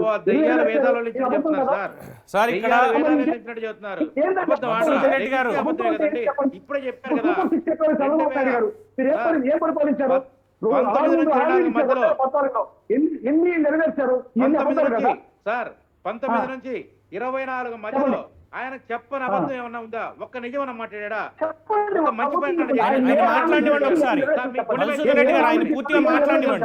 మీ మనసుకు తెలుసు సార్, మీ మనసుకు తెలుసు, మీ గుండె మీద చేసుకొని చెప్పండి. ఒక్క అబద్ధం మాట్లాడేదని, ఒక్క నిజం మాట్లాడని చెప్పండి. జగన్మోహన్ రెడ్డి గారు ప్రజలకు ఇచ్చిన హామీలో ఏమి అబద్ధాలు చెప్పాడని చెప్పండి. అన్ని నేను హామీలు చెప్పండి. అబద్ధాలే. అసలు ఏమి హామీ నవరత్నాల్లో ఏంటి అమ్మఒడి అబద్ధమా? అమ్మఒడి అబద్ధమా? పెన్షన్ అబద్ధమా? లేకుంటే అమ్మఒడి ఎంతమందికి ఇచ్చారు? ఈ రోజు ఎస్, సూపర్ ఎస్, సిక్స్ మా ఇచ్చారు. ఎంతమందికి అందరికీ ఇచ్చారు ఇచ్చారు. అమ్మఒడి? సార్, ఒక సంవత్సరం ఇచ్చారు, మీరు రెండో మీరు సంవత్సరం మీరు కొట్టారు. ఈ మూడో రోజు సంవత్సరం ఈ రోజు చంద్రబాబు నాయుడు గారు ల్యాప్టాప్ ప్రభుత్వంలో చేస్తానని అడిగారు. చంద్ర- నాలుగో చంద్రబాబు సంవత్సరం గారు ఎలక్షన్ కూడా ఈ రోజు అన్నారు. చంద్రబాబు ఎవరికి నాయుడు ఇచ్చారు అమ్మఒడి ప్రభుత్వంలో సరిగ్గా? శ్రీనివాసరావు ఎవరికి గారు ఇచ్చారు ఈ రోజు చెప్పండి. చంద్రబాబు నాయుడు గారు ప్రభుత్వంలో ఎస్, నేను మీకు అదేంటి? మీకు ప్రూఫ్ ఈ రోజు చూపిస్తాను చంద్రబాబు మీకు. నాయుడు ముఖ్యమంత్రిగా ఉన్నారు. క్షేత్రస్థాయిలోకి రండి. పవన్ కళ్యాణ్ గారు డిప్యూటీ సీఎం గా ఉన్నారు. నేను ఒకటే చెప్తున్నా, పవన్ కళ్యాణ్ గారు డిప్యూటీ సీఎం గా ఉన్నారు, చంద్రబాబు నాయుడు గారు ముఖ్యమంత్రిగా ఉన్నారు. జగన్మోహన్ రెడ్డి చెప్పిన హామీల్లో ఏ ఒక్క హామీలో అయినా సరే వివక్షకు పాల్పడి ఆ నీతి నిజాయితీగా ఇవ్వకపోతే మీరు దాన్ని మీరే ఎంక్వైరీ చేయించండి. ఇప్పుడు మీకు అధికారం మద్య ఎంతవరకు ఉందో మీ నిషేధం. దగ్గర ఉంది. మద్య నిషేధం అన్నారండి. ఎక్కడ మద్య నిషేధం చెప్పండి. ఫర్ ఎగ్జాంపుల్ మద్య నిషేధం. జగన్మోహన్ రెడ్డి గారు మద్య నిషేధం చెప్పారా? జగన్మోహన్ రెడ్డి గారు అది అబద్ధం కాదా? వస్తాను అవును నేను చెప్తాను ఉండండి. నిరుద్యోగం మద్య జాబ్ నిషేధం, క్యాలెండర్ ఎక్కడ? మద్య జాబ్ నిషేధం. ఇచ్చాడా? ఒక్క జాబ్ క్యాలెండర్ ఇచ్చాడండి. సార్ మీరు గ్రూప్ 1, ఇచ్చిన గ్రూప్ 2, మీరు ఇచ్చిన పోలీస్ కానిస్టేబుల్, జగన్మోహన్ రెడ్డి గారు డిఎస్సి, ఇవాళ ఎక్కడైనా జగన్ ఒక్క చెప్పిన ఉద్యోగం, ఆదాయాలను ఒక్క ఉద్యోగం చెప్పంటారా? సార్. సార్ నువ్వు ఉద్యోగం ఇవ్వకపోగా 2,35,000 ఉద్యోగాలు ఉన్నాయి. ఒక ఉద్యోగం భర్తీ చేశాడా? ఒక టీచర్ పోస్ట్ ఇచ్చాడండి, కానిస్టేబుల్ పోస్ట్ ఇచ్చాడండి. ఒక గ్రూప్ 1 నిర్వహిస్తే మీ ఇష్టానుసారంగా పేపర్లు తీసుకుంటారు. గ్రూప్ 1, గ్రూప్ 2లో ఒక్కటి సార్ జగన్మోహన్ రెడ్డి గారు ఇచ్చిన నవరత్నాలు అయితే కనీసం ఏ ఒక్క రాజకీయ నాయకుడైనా సరే, తెలుగుదేశం పార్టీ వాళ్ళు ఎవరైనా సరే జగన్మోహన్ రెడ్డి ఇచ్చిన పథకాన్ని పెట్టినా సరే మధుసూదన్ రెడ్డి గారు మీకు కొద్దిగా ఆగండి చెప్తాను. ఆ లిస్ట్ లో మధుసూదన్ రెడ్డి గారు, ఇవాళ మధుసూదన్ రెడ్డి గారు, ఇవాళ గుంటూరు ఒక్క నిమిషం సార్, శ్రీనివాసరావు గారు, ఒక్క నిమిషం. వేదికగా మాట్లాడిన జగన్ రెడ్డి ఒక మాట్లాడిన జాబ్ ఇచ్చాడని చెప్పానండి అబద్ధాలు యువతకి. చెప్తానండి. నిరుద్యోగ యువతకు ఒక జాబ్ దాంట్లో ఇచ్చారా? ఏ అబద్ధం ఉందో, గంజాయి దాంట్లో గంజాయి ఏ పెంచి, అబద్ధం ఉందో, గంజాయి సాగు చేసి గంజాయి రాష్ట్రంగా తయారు చేశారు ఆంధ్రప్రదేశ్ రాష్ట్రాన్ని. సార్, నన్ను మాట్లాడండి. నన్ను మాట్లాడండి. సార్, ఇప్పటిదాకా మధుసూదన్ రెడ్డి గారు, మధుసూదన్ రెడ్డి గారు, మధుసూదన్ రెడ్డి గారు డిబేట్ స్టార్ట్ అయిన దగ్గర నుంచి మీరు కానీ ప్రసాద్ గారు కానీ ఇద్దరు మాట్లాడారు. వారికి టెక్నికల్ ఇష్యూ ఉండి వారు మాట్లాడలేకపోయారు. మధుసూదన్ రెడ్డి గారు ఒక్క నిమిషం, ఒక్క నిమిషం ఆగండి, ఒక్క నిమిషం ఆగండి. ఏం చెప్పారు చెప్పండి, ఏం చేశాడు మీరు చెప్పండి. ఇవాళ మాట్లాడిన అబద్ధాలు చెప్తాను నేను. 17 మెడికల్ కాలేజీలు అన్నాడు. ఇది పచ్చి మోసం, పచ్చి అబద్ధం. జగన్ రెడ్డి పాలనలో 5 మెడికల్ కాలేజీలకే కేంద్ర ప్రభుత్వం శాంక్షన్ ఇచ్చింది. పాడేరు, పులివెందుల, మార్కాపురం, మచిలీపట్నం, తర్వాత ఇంకొకటి ఏంటంటే అది పిడుగురాళ్ళ. ఈ 5 మెడికల్ కాలేజీలకే కేంద్ర ప్రభుత్వం నుంచి వచ్చింది. అది కూడా ఏది మొదటి సంవత్సరం కొన్ని పరిమితులతో వచ్చింది. రెండో సంవత్సరం మళ్ళీ జాయినింగ్కి వచ్చినప్పటికీ నిర్మాణం పూర్తి కావాలి. ఆ నిర్మాణాలు చేయలేదు కాబట్టి అనుమతులు నిరాకరించింది. రెండో సంవత్సరం ఎంట్రన్స్. దానికి వీళ్ళేం చెప్తున్నారు, చంద్రబాబు నాయుడు గారు ఈ ప్రభుత్వంలో పెట్టిన ఈ కళాశాలని ప్రైవేట్ పరం చేయడం కోసం కుట్ర చేస్తారు. కానీ మళ్ళీ నిన్న సాక్షి పేపర్లో ఏం రాశారు, నేషనల్ మెడికల్ కౌన్సిల్ అంట ఉదారత్వంతో ఇటువంటి సౌకర్యాలు కల్పించబోయిన పులివెందుల, పాడేరు కంట అనుమతులు మంజూరు చేసిందంటే 50 సీట్లు పెంచుకోవడానికి. కానీ చంద్రబాబు నాయుడు ప్రభుత్వం అంట పులివెందులు మెడికల్ కాలేజీ పెట్టద్దని లేఖ రాసిందంట నేషనల్ మెడికల్. మీ దగ్గర సిగ్గు సెర లేకపోతే ఆ లేఖ మీ సాక్షి పత్రులు వచ్చేసి చూపించండి. తర్వాత ఇంత ఉదాహరణ చూపించిన పులివెందుల, పాడేరు మెడికల్ కాలేజీల మీద మరి మచిలీపట్నం, పిడుగురాళ్ళ, మార్కాపురం కాలేజీలు ఏం తప్పు చేశారు, ఏ పాపం చేశారు, మరి వాటిలో సీట్లు పెంచలేదు నేషనల్ మెడికల్ కౌన్సిల్. ఇది పచ్చి అబద్ధం కదా. 17 మెడికల్ కాలేజీలు పచ్చి అబద్ధం. మీరు తీసుకొచ్చింది 5 మెడికల్ కాలేజీలే. ఇకపోతే ఇవాళ మీరు మాట్లాడింది చంద్రబాబు నాయుడు గారు బుడమేరు వరదల వల్ల 40 మందిని చంపేశాడు, అతని మీద ఎందుకు కేసు పెట్టకూడదు అన్నారు. మరి అన్నమయ్య డ్యామ్ వల్ల 47 మంది కొట్టిపోయారంతా పవన్ గారు చెప్పారు. మరి మీ మీద ఎందుకు కేసు పెట్టకూడదు? మరి ఆ రోజు అంత వరద వస్తుంటే ఆ సంగతి మీకు తెలియదా? మీ దగ్గర రెయిన్ గేజీలు లేవా? మీరు ఊహించలేకపోయారా? ఇక రెండోది, కచ్చలూరు దగ్గర పడవ మునిగిపోయింది, ఎంతోమంది చనిపోయారు. వారం రోజులు కూడా ఆ పడవ తీయలేకపోయారు. మరి అది మీ వైఫల్యమేనా? ఇకపోతే పులిచెంతల గేటు కొట్టుకుపోయింది, మరి అది కూడా మీ వైఫల్యమేనా? గోదావరికి వరదలు వచ్చినాయి, పోలవరం డయాఫ్రమ్ వాళ్ళు కొట్టుకుపోయింది, మరి అది మీ దిక్కుమాల ప్రభుత్వం జరిగిందే కదా. ప్రసాద్ గారు ఇంకొక పాయింట్ అండి, ఇంకొక పాయింట్ యాడ్ చేయాలి. సుప్రీం కోర్టుకి ప్రసాద్ గారు ఉంటే మీకు డబ్బులు ఉదాహరణ ఇచ్చేవాడు అన్నాడు ప్రసాద్ గారు. కూడా మరి ఆ వరద గేట్ చేయకపోయాడా? మరి దానికి ప్రసాద్ గారు, జగన్ రెడ్డి కారణం చెప్పని శాంతి ప్రసాద్ గారు. ఇక తర్వాత ముంపు ప్రాంతాలు అంటున్నారు కదా, అసలు మీరు జగన్ కాలేజీలు ఇచ్చిన అక్కడ రాజమండ్రిలో ఆవు భూములు, అది వచ్చిన వానకి మనిషికి 7 అడుగుల లోతులో నీళ్లు వచ్చేసినాయి. అటువంటి చోట మీరు 400 ఎకరాలు సేకరించి ఇచ్చారు అంటే జగనన్న కాలనీ కడితే ఆ 400 ఎకరాల ఉన్న వాళ్ళు మునిగిపోవడానికి కారణం. ఈ రెండోది తర్వాత నిన్న గొల్లపురంలో వెళ్ళారు పిఠాపురం నియోజకవర్గంలో పవన్ కళ్యాణ్ గారు, అక్కడ కూడా మీ జగనన్న కాలనీ అది కూడా మునిగిపోయింది. అలాగే శ్రీకాకుళం అతి పెద్ద జగనన్న కాలనీ అన్నారు, అది పూర్తిగా నీళ్ళలో మునిగిపోయింది వచ్చిన చిన్నపాటి వర్షానికి. సార్ ఒక కాలనీ మునిగిపోలేదని చెప్పానండి, అన్ని కాలనీలు మునిగిపోయినాయి సార్. ఇంకొక పాయింట్ ప్రసాద్ గారు, కాలనీలో నీళ్ళు లేవని చెప్పానండి వాళ్ళు ఇచ్చిన జగనన్న కాలనీలో. ప్రసాద్ గారు ఇందాక కరోనా గురించి మాట్లాడుతూ మాట అన్నారు.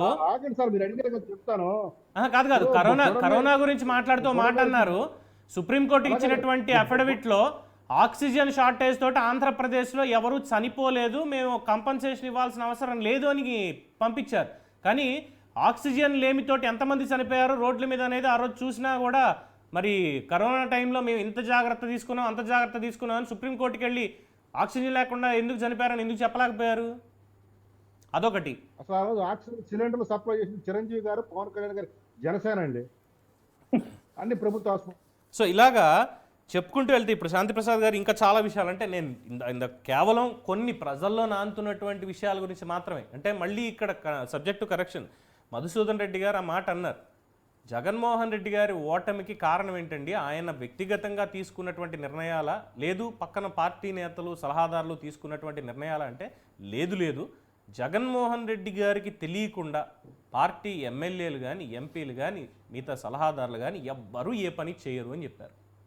అంటే ఇందాక మీకు చదివి వినిపించినటువంటి ఈ లిస్ట్ మొత్తం ఇది 2014 నుంచి 2024 ఎన్నికల ముందు వరకు, అట్ ద సేమ్ టైం ఎన్నికలు అయిన తర్వాత వరకు ఉన్నటువంటిది. ప్రతిదీ పింక్ డైమండ్ ఇష్యూ కానీ ప్రతి దాంట్లో అంటే ఇవన్నీ అబద్ధాలన్నీ జగన్మోహన్ రెడ్డికి తెలిసే జరిగాయా?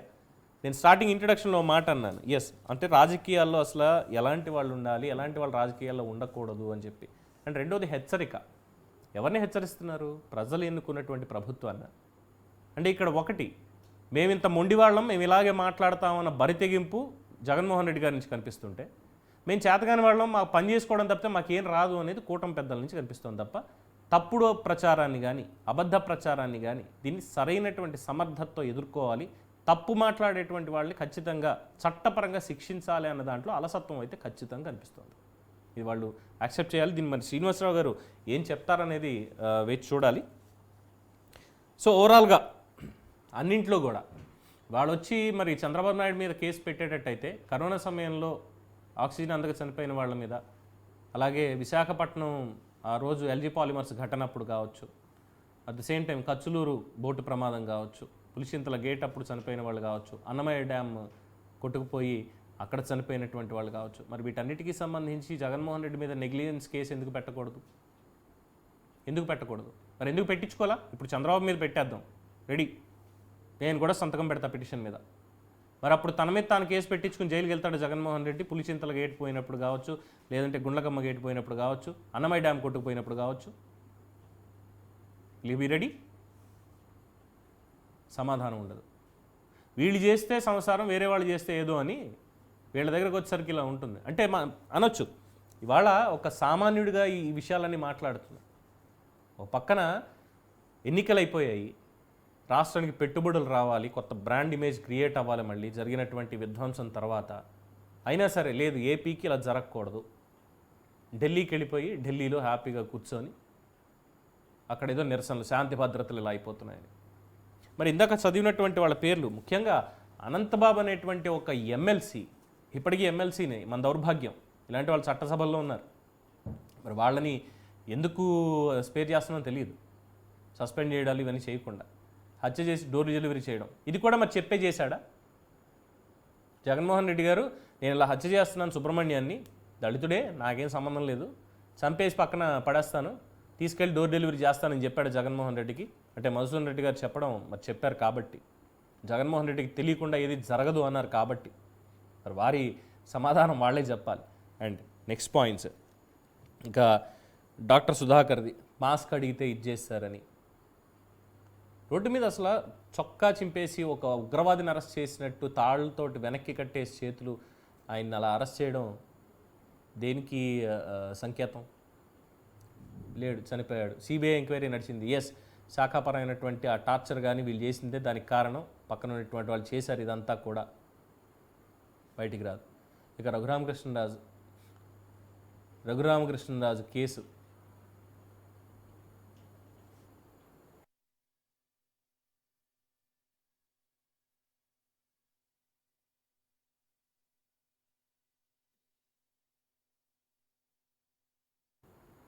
రఘురామకృష్ణరాజు గారు మాజీ ఎంపీ, ప్రస్తుతం ఉండి ఎమ్మెల్యే. ఆయన్ని కరోనా టైంలో తెలంగాణలోకి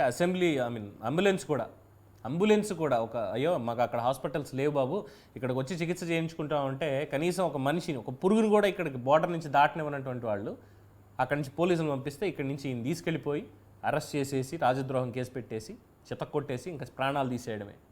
మరి ఇది కూడా అందరూ చెప్పే చేశారా? ఆ రోజు పాలు పంచుకున్నటువంటి వాళ్ళు సిఐడి సునీల్ కావచ్చు, పిఎస్ఆర్ ఆంజనేయులు కావచ్చు, ఉన్నటువంటి వాళ్ళు వీళ్ళందరూ కూడా, విజయపాలు వీళ్ళందరూ కూడా జగన్మోహన్ రెడ్డికి చెప్పే చేశారు. అంటే మరి వీడియో కాల్ ఏదో చూసారన్న ఇది కూడా ఉంది. కేసు నడుస్తుంది కాబట్టి రేపు దాన్ని చూడాలి.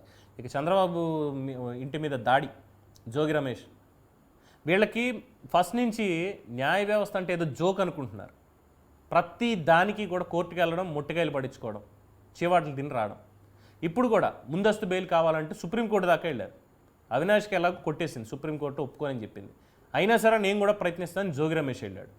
రేపు మాపు అది కూడా కొట్టడం జరుగుతుంది, వెళ్ళి అక్కడ వెళ్ళండి అయ్యా అని. వీళ్ళు అరెస్ట్ ఎప్పుడు చేస్తారో తెలియదు. వీళ్ళేమో ఢిల్లీకి వెళ్తున్నారు, సుప్రీంకోర్టుల దాకా వెళ్తున్నారు, బెయిల్ కోసం ప్రయత్నాలు చేస్తున్నారు. నిందితులుగా ఉన్నటువంటి వాళ్ళు, కాన్స్పిరేటర్స్ అందరూ కూడా. మరి వీళ్ళని ఎందుకు పోలీసులు అదుపులోకి తీసుకోవట్లేదు వాళ్ళకే తెలియాలి. ఇక ఈ బోట్లు, పొద్దున్న ఒక సివిల్ ఇంజనీర్తో మాట్లాడాను. సార్ ఏంటిది ఈ బోట్లు ఒక్కొక్కటి 50 టన్నులు వెయిట్ అంటున్నారు.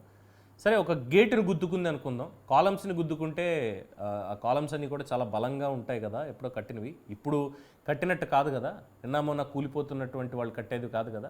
నిజంగా చదువు కొన్నవాళ్ళు కాదు, చదువుకున్న వాళ్ళు దేశానికి ఉపయోగపడాలి అని చెప్పి కట్టించినటువంటి ఆనకట్లు ఇవి కదా, అంత తొందరగా ఇదవుతాయంటే. ఆ గేట్లో ఒకసారి కొట్టుకుపోతే వాటికి తగిలి మొత్తం ఇంపాక్ట్ కాలమ్స్ మీదే కదమ్మా మొత్తం పడుతుంది. నిజంగానే సగం బ్యారేజ్ కొట్టుకుపోతుంది. డ్యామేజ్ని కల్లో కూడా ఊహించలేము. ఏదో నిన్న ఆరోపణలు ఇవన్నీ చూసి 1,00,000 మంది అంటున్నారు. వచ్చింది 12,70,000 క్యూసెక్కుల వరద. పైపెచ్చి ఇంకా పెరుగుతున్నటువంటి అవకాశాలు ఉన్నాయి. వచ్చే వారం రోజులు కూడా వర్షాలు, పైనుంచి వచ్చేటువంటి వరద నీరు ఇవన్నీ కలుపుకొని దాని ఇంపాక్ట్ని కల్లో కూడా ఎవరు ఊహించలేరు. అందుకే అంత భయపడేది. కన్నయ్య నాయుడు గారు సైతం అందుకే ఆయన మాట అనాల్సి వచ్చింది. ఆయన ఎప్పుడు అలాంటి మాటలు మాట్లాడే వ్యక్తి కాదు. కడుపుకు అన్నం తినేవాడు చేశాడా ఈ పని అని చెప్పి కూడా ఆయన అన్నారంటే ఎంత కోపం వచ్చి ఆ మాట అన్నారని అర్థం చేసుకోగలను నేను. టెక్నికల్గా చూసినా కూడా ఇప్పుడు ఆ పడవలను తీయడం అంత ఈజీ పని కాదు. విశాఖ నుంచి డైవర్స్, గజయితగాళ్ళు రావాలి, స్కూబా డైవింగ్ అంటే అండర్ వాటర్లోకి వెళ్ళి అక్కడి నుంచి కట్ చేసుకుంటూ వచ్చి వాటిని ముక్కల కింద తీయాలి. మరి ఎన్ని రోజులు పడుతుందో తెలియదు. అప్పట్లో ఇసుక బోట్ని కూల్చి అడ్డం పెట్టి చేసిన దానికే దాదాపుగా 40 రోజుల దాకా టైం పట్టింది తీయడానికి.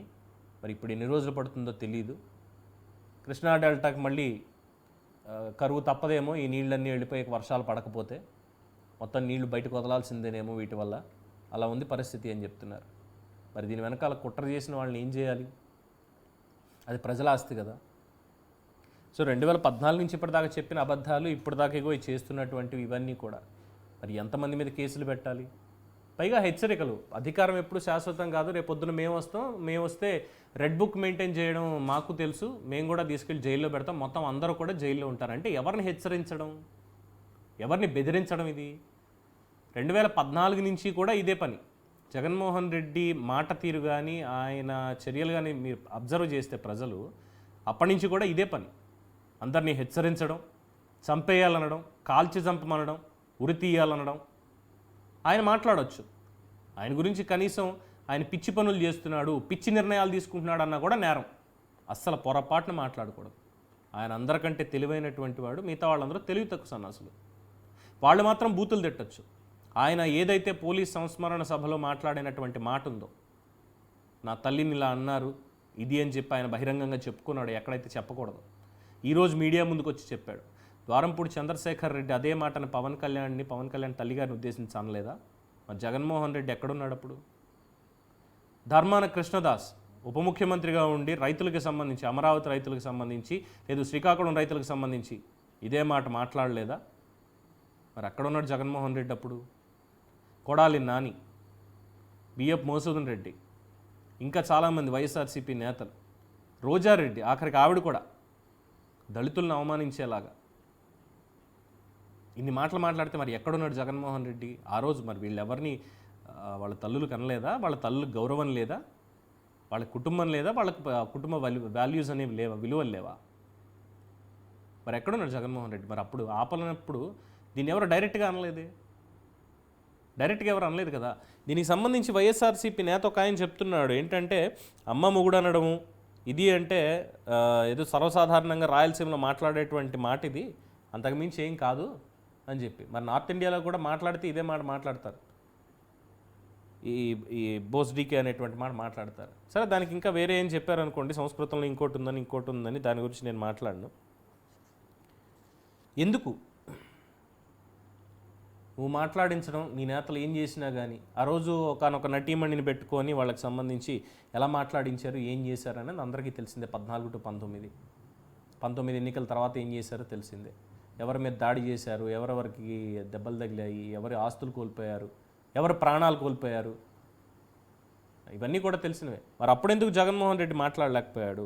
రెండోది, పడవలకు సంబంధించి లేదు వరదలకు సంబంధించి వీళ్ళకు ఉన్నటువంటి కొంతమంది ఐపీఎస్ ఆఫీసర్లు కుమ్మక్కై చేస్తున్నటువంటి ఆరోపణలు వీళ్ళ సంస్థల ద్వారా వరదల్లో అసలు ప్రభుత్వ సహాయ సహకారాలు ఎక్కడా అందట్లేదు, ఏం చెయ్యట్లేదు అని చెప్పి ప్రచారాలు, దిక్కుమాలిన ప్రచారాలు.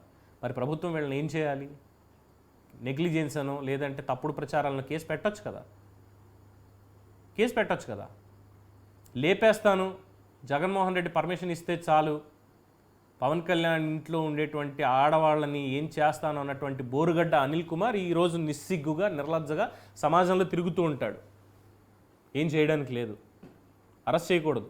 అరెస్ట్ చేస్తే అదిగో దళితుల మీద దాడి చేసేస్తున్నారు, దళితులను నోరు నొక్కేస్తున్నారు, దళితులను అరెస్ట్ చేసేస్తున్నారు, వచ్చేస్తారు దళిత సంఘం మేధావులు అనే ముసుగులో ఉండేటువంటి సంఘ విద్రోహ శక్తులు.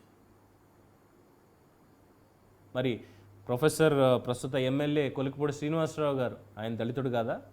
ఆయన మీద దాడి చేసినప్పుడు, వారి కుటుంబాన్ని ఇబ్బంది పెట్టినప్పుడు, వారి కుమార్తె గురించి తప్పుడు మాటలు మాట్లాడినప్పుడు అప్పుడు వీళ్ళెవరికీ కనిపించలేదా? దళిత నేతలు ఎంతమంది లేరు? వంగలపూడి అనిత హోమ్ మినిస్టర్, ఆవిడ గురించి మాట్లాడినప్పుడు, వ్యక్తిత్వ హననం చేసినప్పుడు అప్పుడు గుర్తు రావట్లేదా వైఎస్ఆర్సీపీలో ఉన్న వాళ్ళకి? ఎక్కడున్నారు వీళ్ళందరూ అప్పుడు మాట్లాడడానికి? ఈరోజు తేలాలి ఏదో ఒకటి ఖచ్చితంగా. వీళ్ళ గురించి, వీళ్ళ వ్యక్తిత్వాలు ఏంటి అనేది ప్రజలు తెలుసుకోవాలి. మాట్లాడితే చెప్పుకుంటున్నారు కదా, 39.5% ఓటు బ్యాంక్ అంటే 40% vote bank, 5th largest party అసలు ఓటు బ్యాంక్ కలిగి ఉన్న దాంట్లో మాది అని చెప్పి చెప్పుకుంటున్నారు కదా. వేసినటువంటి వాళ్ళకి చెప్తున్నా, ఒకసారి తెలుసుకోండి. మీరు ఎందుకు ఓట్లు వేశారు దీని గురించి అనేది ఒకసారి తెలుసుకోండి. టెక్నికల్గా ఏమంటారు, 3 రోజుల ముందే తెలుసని, 28వ తారీఖు ఐఎండి ఈ వెదర్ రిపోర్ట్కి సంబంధించి వర్షాలు వస్తాయి, భారీ వర్షాలు వస్తాయి, వరదలు ఇలా వస్తాయని ఎవరు చెప్పలేదు. మళ్ళీ చెప్తాం, 17 రోజులు ఏకధాటిగా 24 గంటలు వర్షం కురిస్తే ఎలా ఉంటుందో ఒకే ఒక్క రోజులో అంత వర్షం కురిసింది. ఎవరైనా ఊహిస్తామా? ఎవరైనా ఊహించగలుగుతామా? కళ్ళు మూసి తెరిచే లోపల విపత్తు మీద పడిపోయింది. ఎవరు మాత్రం ఊహించగలరు? ఏమైనా దైవాంశ సంభూతులా అందరూ? కరోనా వచ్చినప్పుడు బ్లీచింగ్ పౌడర్ చల్లితే సరిపోతుంది అన్నారుగా, పారాసెటమాల్ ట్యాబ్లెట్లు అని చెప్పి ఇద్దరు 2 రాష్ట్రాల అప్పటి ముఖ్యమంత్రులు. ఏమైంది మరి ఆ బ్లీచింగ్ పౌడర్ తీరి? ఏమైంది? ఇవన్నీ ప్రశ్నించకూడదు. ప్రశ్నిస్తే ఒక పార్టీ, ఒక కులం, ఒక వర్గం అంటగట్టేస్తారు. మరి వీటి ప్రజలకు నిజాలు ఎలా తెలియాలి? ఓట్లు వేసినటువంటి వాళ్ళు ఎలా తెలుసుకోవాలి వీటికి సంబంధించి? ప్రతి దాంట్లోనూ విధ్వంసమే. 200 ఆలయాల మీద దాడులు జరిగాయి. మరి వాటి గురించి మాట్లాడరు. శ్రీనివాస్ గారు చెప్పండి, మీ అభిప్రాయం. వాళ్ళు మాట్లాడినటువంటి దాని మీద మీది మొత్తం అంతా కూడా మీరు చేసిన తప్పే, చంద్రబాబు మీద నెగ్లిజెన్సీ కేసు ఎందుకు పెట్టకూడదు, 60 మందిని చంపేశాడు ఈ వరదల్లో, ఎందుకు కేసు పెట్టకూడదు మీ మీద? ఏం చేయాలి? ఆయన ఇంకా ప్రెస్టేషన్ నుంచి బయటకు వచ్చినట్టు లేడు సార్. ఈ మాజీ ముఖ్యమంత్రి ఈ జగన్మోహన్ ఇంకా నేను ముఖ్యమంత్రిలాగే ఫీల్ అవుతా ఉన్నాడు. ఎందుకంటే ప్రజలు ఇచ్చిన షాక్కి, ఆ షాక్ ట్రీట్మెంట్కి ఇంకా మనిషికి ఇంకా తేరుకోలేకపోతా ఉన్నాడు. ఇంకా ప్రజలు ఇచ్చిన షాక్, ఆ ట్రీట్మెంట్ దానికి ఏది పడితే అది మాట్లాడుతూ ఉన్నాడు. ఈయన పుట్టకి అసలు ఈయన పరిపాలన విధ్వంసంతో మొదలైంది. ప్రజావేదిక విధ్వంసం నుంచి ఈరోజు మాట్లాడిన మాటలు దెయ్యాలు వేదాలు వలించినట్టుగా ఉన్నాయి. ఈయన వచ్చింది దేనికండి? నందిగం సురేష్ పరామర్శకు వచ్చి ఏం మాట్లాడతారు మీరు? ఆయన ఎందుకు జైలుకి వెళ్ళాడు దాని గురించి చెప్పరే? ఉమ్. ఒక దేవాలయం లాంటి తెలుగుదేశం పార్టీ కార్యాలయం మీద దాడి చేసి, రాష్ట్ర చరిత్రలో ఎక్కడైనా ఉందండి ఒక పార్టీ కార్యాలయం మీద దాడి చేయటం? ఒక నీచ సంస్కృతికి పాల్పడి ఒక హంతకుడు, ఒక దుర్మార్గుడు, ఒక రౌడీ షీటర్ని ఒక కేసులో, పార్టీ ఆఫీస్ ధ్వంసం చేసిన కేసులో విత్ ఎవిడెన్స్, విత్ ప్రూఫ్తో అతను దొరికితే అతను జవాబు పలకరించడానికి వెళ్ళావు, పలకరించవచ్చు. మళ్ళీ దానికి కూడా రాజకీయం చేసి బురద తల్లి నీ బతుకంతా ఇంతేనా? కనీసం మారు ప్రజలంతా ఈరోజు 10 రోజుల నుంచి చంద్రబాబు నాయుడు గారు బుడమేరు ముంపు బాధితులు, వరద ప్రవాహంలో ఉన్న వారందరినీ ఆదుకుంటా రాత్రి ఇంటికి చేరి ప్రజల చివరి బాధితుల వరకు సహాయం అందించాలనే తపనతో ఆయన పనిచేస్తూ ఉంటే, ఆ బుడమేరు బురద తీసుకొచ్చి ఇంకా బురద చల్దాం, ఇంకా ఈ రాష్ట్రాన్ని ఏ విధంగా నాశనం చేయాలి, ఈ ప్రజలను ఏ విధంగా నాశనం చేయాలని ఆలోచన తప్పితే ఇతనికి మంచి మనసు రాదు. ఆ భగవంతుని ప్రార్థిస్తా ఉన్నాం, ఇకనైనా ఈ జగన్మోహన్ రెడ్డికి మంచి బుద్ధి ప్రసాదించు స్వామి. ఆ వినాయక స్వామి ఇప్పుడు నిమజ్జనాలు జరుగుతూ ఉన్నాయి, ఆ వినాయకుని కూడా భగవంతుని ప్రార్థిస్తా ఉన్నా, దయచేసి ఈ మాజీ ముఖ్యమంత్రి జగన్మోహన్ రెడ్డికి మంచి బుద్ధి ప్రసాదించాయా. ఎక్కడైనా ప్రజల ఇబ్బందులు ఉంటే ఈ ముఖ్యమంత్రి నవ్వుతాడు. ఇప్పుడు శవాల దగ్గరికి వెళ్ళి ఎక్కడ శవం దొరికిద్దా అని ఎత్తుక్కుంటా ఉంటాడు. శవం దగ్గరికి వెళ్ళి అక్కడ పోయి నువ్వు మాట్లాడే మాటలు ఏంటండి? అమ్మ ఎలా జరిగింది ఏంటి, కుటుంబ పరిస్థితులు ఏంది, ఎవరు చేశారని చెప్పి ఆ విధంగా మాట్లాడాల్సింది పోయి, నేనుంటే ఆ పథకం వచ్చింది, నేనుంటే ఈ పథకం వచ్చింది. ఏంది నువ్వు వచ్చిన పథకాలు ఏం ఉద్ధరించావు, ఏం చేశావు? ఈ రాష్ట్రాన్ని అధోగతి పాలు చేసి, ఈ రాష్ట్రాన్ని నాశనం చేసి ఆ పడవల సంగతి తేల్చండి. ఇప్పుడు పడవల గురించి మాట్లాడరు ఒకరు కూడా. ఆ పడవలు ఈ ఎన్నికల రిజల్ట్ వచ్చినప్పుడు ప్రజలు ఏ విధంగా ఆదుకోవాలని చెప్పి ఇష్టానుసారంగా మాట్లాడిపోతే ప్రజలు క్షమిస్తారనుకుంటున్నారేమో. ఈ ప్రజలే పిచ్చోళ్ళు కాదు, ప్రజల్ని పిచ్చోళ్ళని చేసి ఆడుకుందాం అనుకుంటున్నాడు జగన్మోహన్ రెడ్డి. 5 సంవత్సరాలు ఆడుకున్నావు, నీకు తరం కాదు, ఇంకా నీ వల్ల కాదు. ప్రజలు తెలుసుకున్నారు నీ నీ విధానాన్ని, నీ మనస్తత్వాన్ని ప్రజలు పూర్తిగా అర్థం చేసుకొని ఒక్కసారి నీకు షాక్ ఇస్తే పోయి ఇప్పుడు బెంగళూరులో ఉన్నావు, ఇక్కడ కూడా ఉంట్లా. బెంగళూరు, హైదరాబాద్ కూడా పోవట్లేదు, బెంగళూరులో ఉండి అక్కడ నుంచి నీ కుటీల బుద్ధి, నీ కుటీల రాజకీయాలను అక్కడ నుంచి అమలు చేస్తా ఉన్నావు జగన్మోహన్ రెడ్డి. నీ పద్ధతి మార్చుకోమని చెప్పి కూడా 360 ద్వారా మాజీ ముఖ్యమంత్రి ఒక్కసారి కూడా రాలేదు సార్. ఒక్కసారి కూడా కరోనా టైంలో చంద్రబాబు నాయుడు గారు కానీ అధికారం లేదని చెప్పి లోకేష్ బాబు కానీ ఒక్కసారి కూడా కరోనా టైంలో 5 సంవత్సరాలు హైదరాబాద్ తలదోసుకున్నారు. ఇప్పుడు వాళ్ళ ఇంటికి ఒక్క రోజు 2 రోజులు బెంగళూరుకు పోయేసి రావడం కూడా చంద్రబాబు నాయుడు గారు రాలేదా, లోకేష్ గారు రాలేదా? 5 సంవత్సరాలు 2 సంవత్సరాలు కరోనాలో 2 సంవత్సరాలు చంద్రబాబు నాయుడు గారు ఎక్కున్నారు. మీరు చెప్పండి, న్యాయం చెప్పండి. మధుసూదన్ రెడ్డి గారు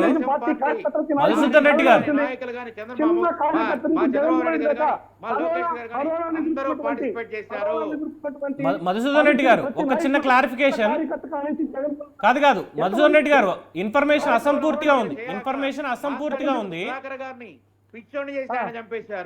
మధుసూదన్ రెడ్డి గారు ఒక్క నిమిషం, శ్రీనివాస్ గారు ఒక్కసారి.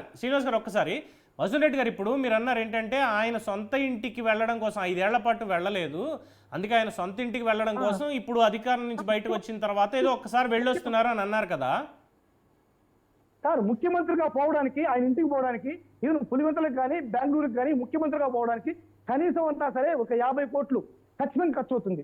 తను సొంతం కోసం, తన ఇంటికి పోవడం కోసం అంత డబ్బు ప్రజాధనాన్ని వేస్ట్ చేయడం ఇష్టం లేకనే జగన్మోహన్ రెడ్డి గారు ఎప్పుడు కానీ పోలేదు. ఇప్పుడు ఆయన బంగారంతో రోడ్లు వేస్తున్నారా 50 కోట్లు ఖర్చు అవడానికి? ఇంటి చుట్టూ పెట్టుకోవడానికి సెక్యూరిటీని, పరదాలు కట్టించుకోవడానికి, చెట్లు నరికేయడానికి, హెలికాప్టర్ ఫ్లైట్ లో కింద మాత్రం సెక్యూరిటీ పెట్టాలి, దానికి ఖర్చు కాదు. ప్రభుత్వ భద్రతా వైఫల్యం వల్ల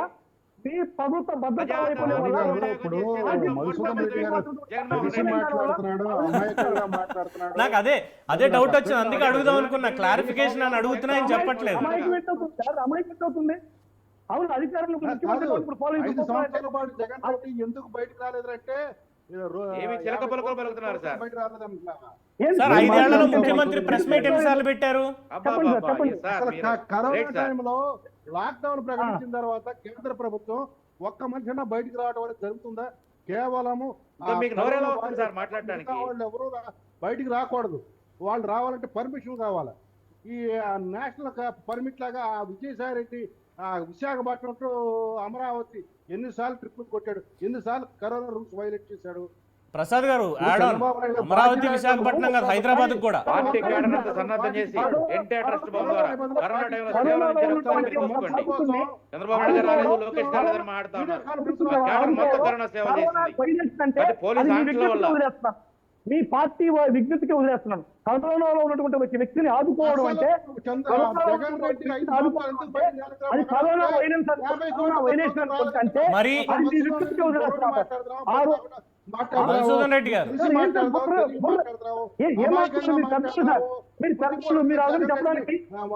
సరే కరోనా వదిలేద్దామండి. కరోనా క్రెడిట్ అంతా జగన్మోహన్ రెడ్డిదే. ప్రసాద్ గారు ఒక పాయింట్ వదిలేద్దాం సార్. కాదు ఒక పాయింట్ వదిలేద్దాం ప్రసాద్ గారు, ఒక పాయింట్ వదిలేద్దాం. కరోనాలో జగన్మోహన్ రెడ్డి చాలా చక్కగా పనిచేశారు, ఆ క్రెడిట్ ఆయనకే. నేను కూడా మధుసూదన్ రెడ్డి గారితో నేను ఏకీభవిస్తున్నా. చెప్తాను ప్రసాద్ గారు, మీ పాయింట్ ఉంది కాబట్టి. లేదు సబ్జెక్టు కాస్త సైడ్ ట్రాక్ వెళ్తుందన్న ఉద్దేశంతో ఈ పాయింట్ తీసుకున్నా తప్పితే వేరే కాదు. చెప్తా, అక్కడికే వస్తున్నా. మధుసూదన్ రెడ్డి గారు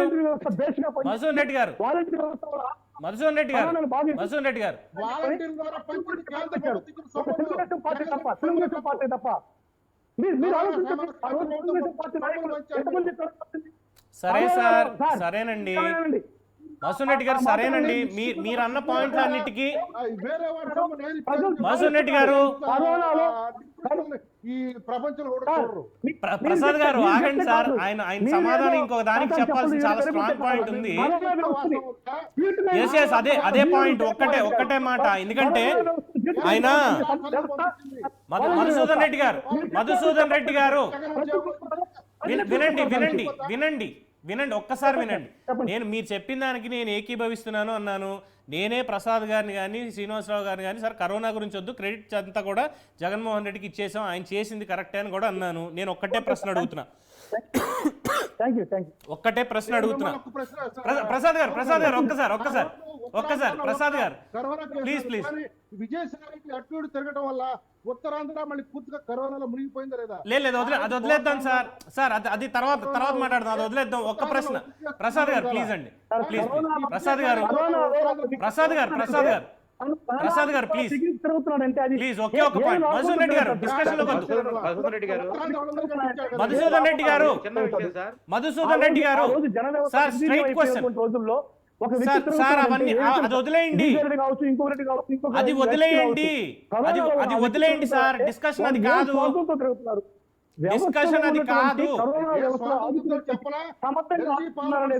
మధుసూదన్ రెడ్డి గారు దయచేసి డిస్కషన్ అది కాదు. ఒకసారి వినండి మధుసూదన్ రెడ్డి గారు, ఒక్కసారి వినండి ప్లీజ్. ఒక్క పాయింట్ మీకు స్ట్రైట్ గా అడుగుతున్నా, ఎందుకంటే నేను మళ్ళీ మీ డెసిగ్నేషన్ గుర్తు చేసుకుంటే నేను అడుగుతున్నా. వైఎస్ఆర్సీపీ రాష్ట్ర రైతు విభాగ ప్రధాన కార్యదర్శి. ఒక రైతు విభాగ కార్యదర్శి అంటే మీరు ఖచ్చితంగా ఒక రైతు కుటుంబం నుంచి వచ్చి ఉంటారు. రైతుల పాటలు ఏంటనేది మీకు తెలిసి ఉంటాయి, అందులో డౌట్ లేకుండా. ఇవాళ జగన్మోహన్ రెడ్డి గారు చేసినటువంటి ఒకే ఒక్క ఆరోపణ, నేను దాన్ని మిమ్మల్ని అడుగుతున్నా.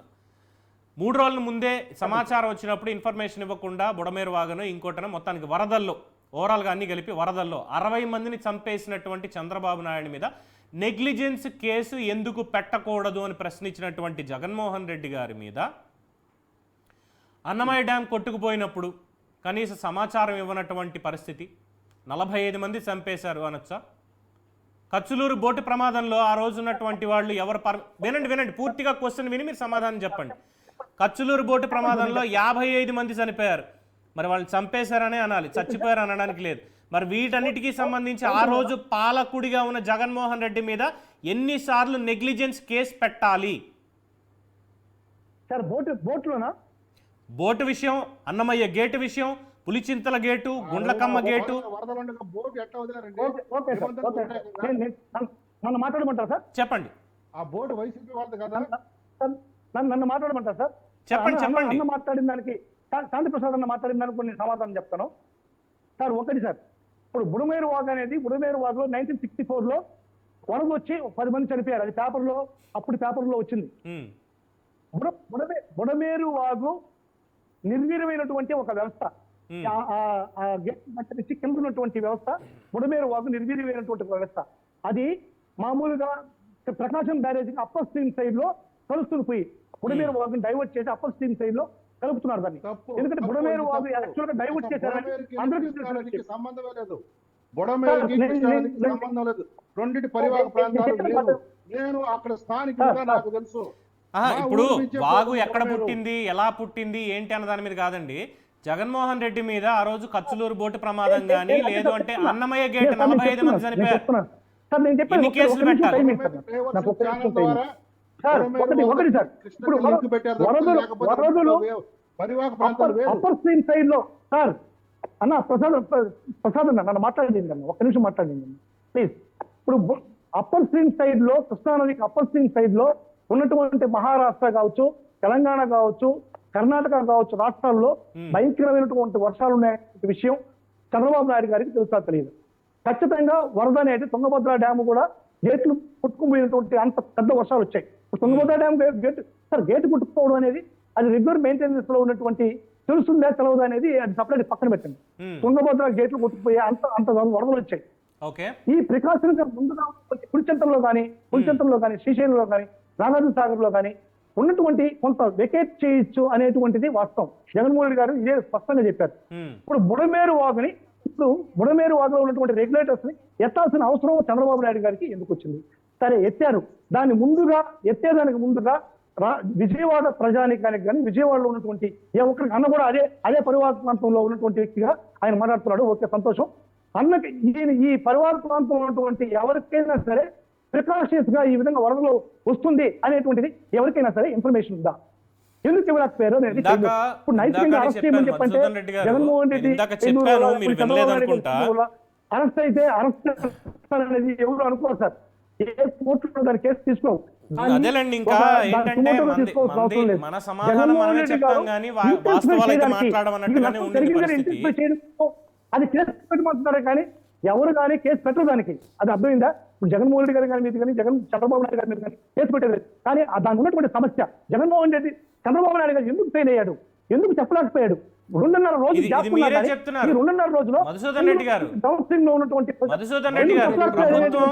ప్రభుత్వం ఫెయిల్ అయింది అని మీరు ఆరోపణ మాత్రమే కనిపిస్తోంది. ఎందుకంటే ఆచరణలో ప్రభుత్వం ఏం చేస్తోంది, అధికార యంత్రాంగం ఏం చేస్తోంది, ముఖ్యమంత్రి బయటకు వచ్చి పనిచేస్తుంటే అధికార యంత్రాంగం ఏం పని చేస్తున్నారు అనేది కూడా ఉంది.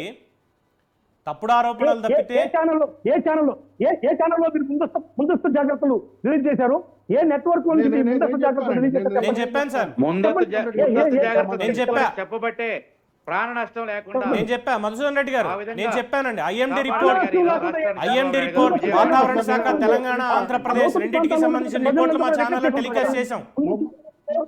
మేమే కాదు, మెజారిటీ అన్ని ఛానల్స్ లో వచ్చాయి. ప్రభుత్వ యంత్రాంగం కూడా చెప్పింది. ఏదో గుట్టగాల్చి మొహం మీద వేయడం అనేది కాదండి. మధుసూదన్ రెడ్డి గారు ఇది ఒకసారి చూడండి. 31వ తారీఖు నాడు నా ఫేస్బుక్ లో నేను పెట్టాను. 30వ తారీఖు నాడు వచ్చిన పైనుంచి వచ్చిన వరద శ్రీశైలము, నాగార్జున సాగర్, తర్వాత ఇది కృష్ణా బ్యారేజ్. ఈ కృష్ణా బ్యారేజ్ నుంచి వచ్చిన వరదని ఏ రకంగా కింద ప్రాంతాలకి 30వ తారీఖు నాడే వదిలేశారు. మీరు వదలదని చెప్తున్నారు. ఇది పేపర్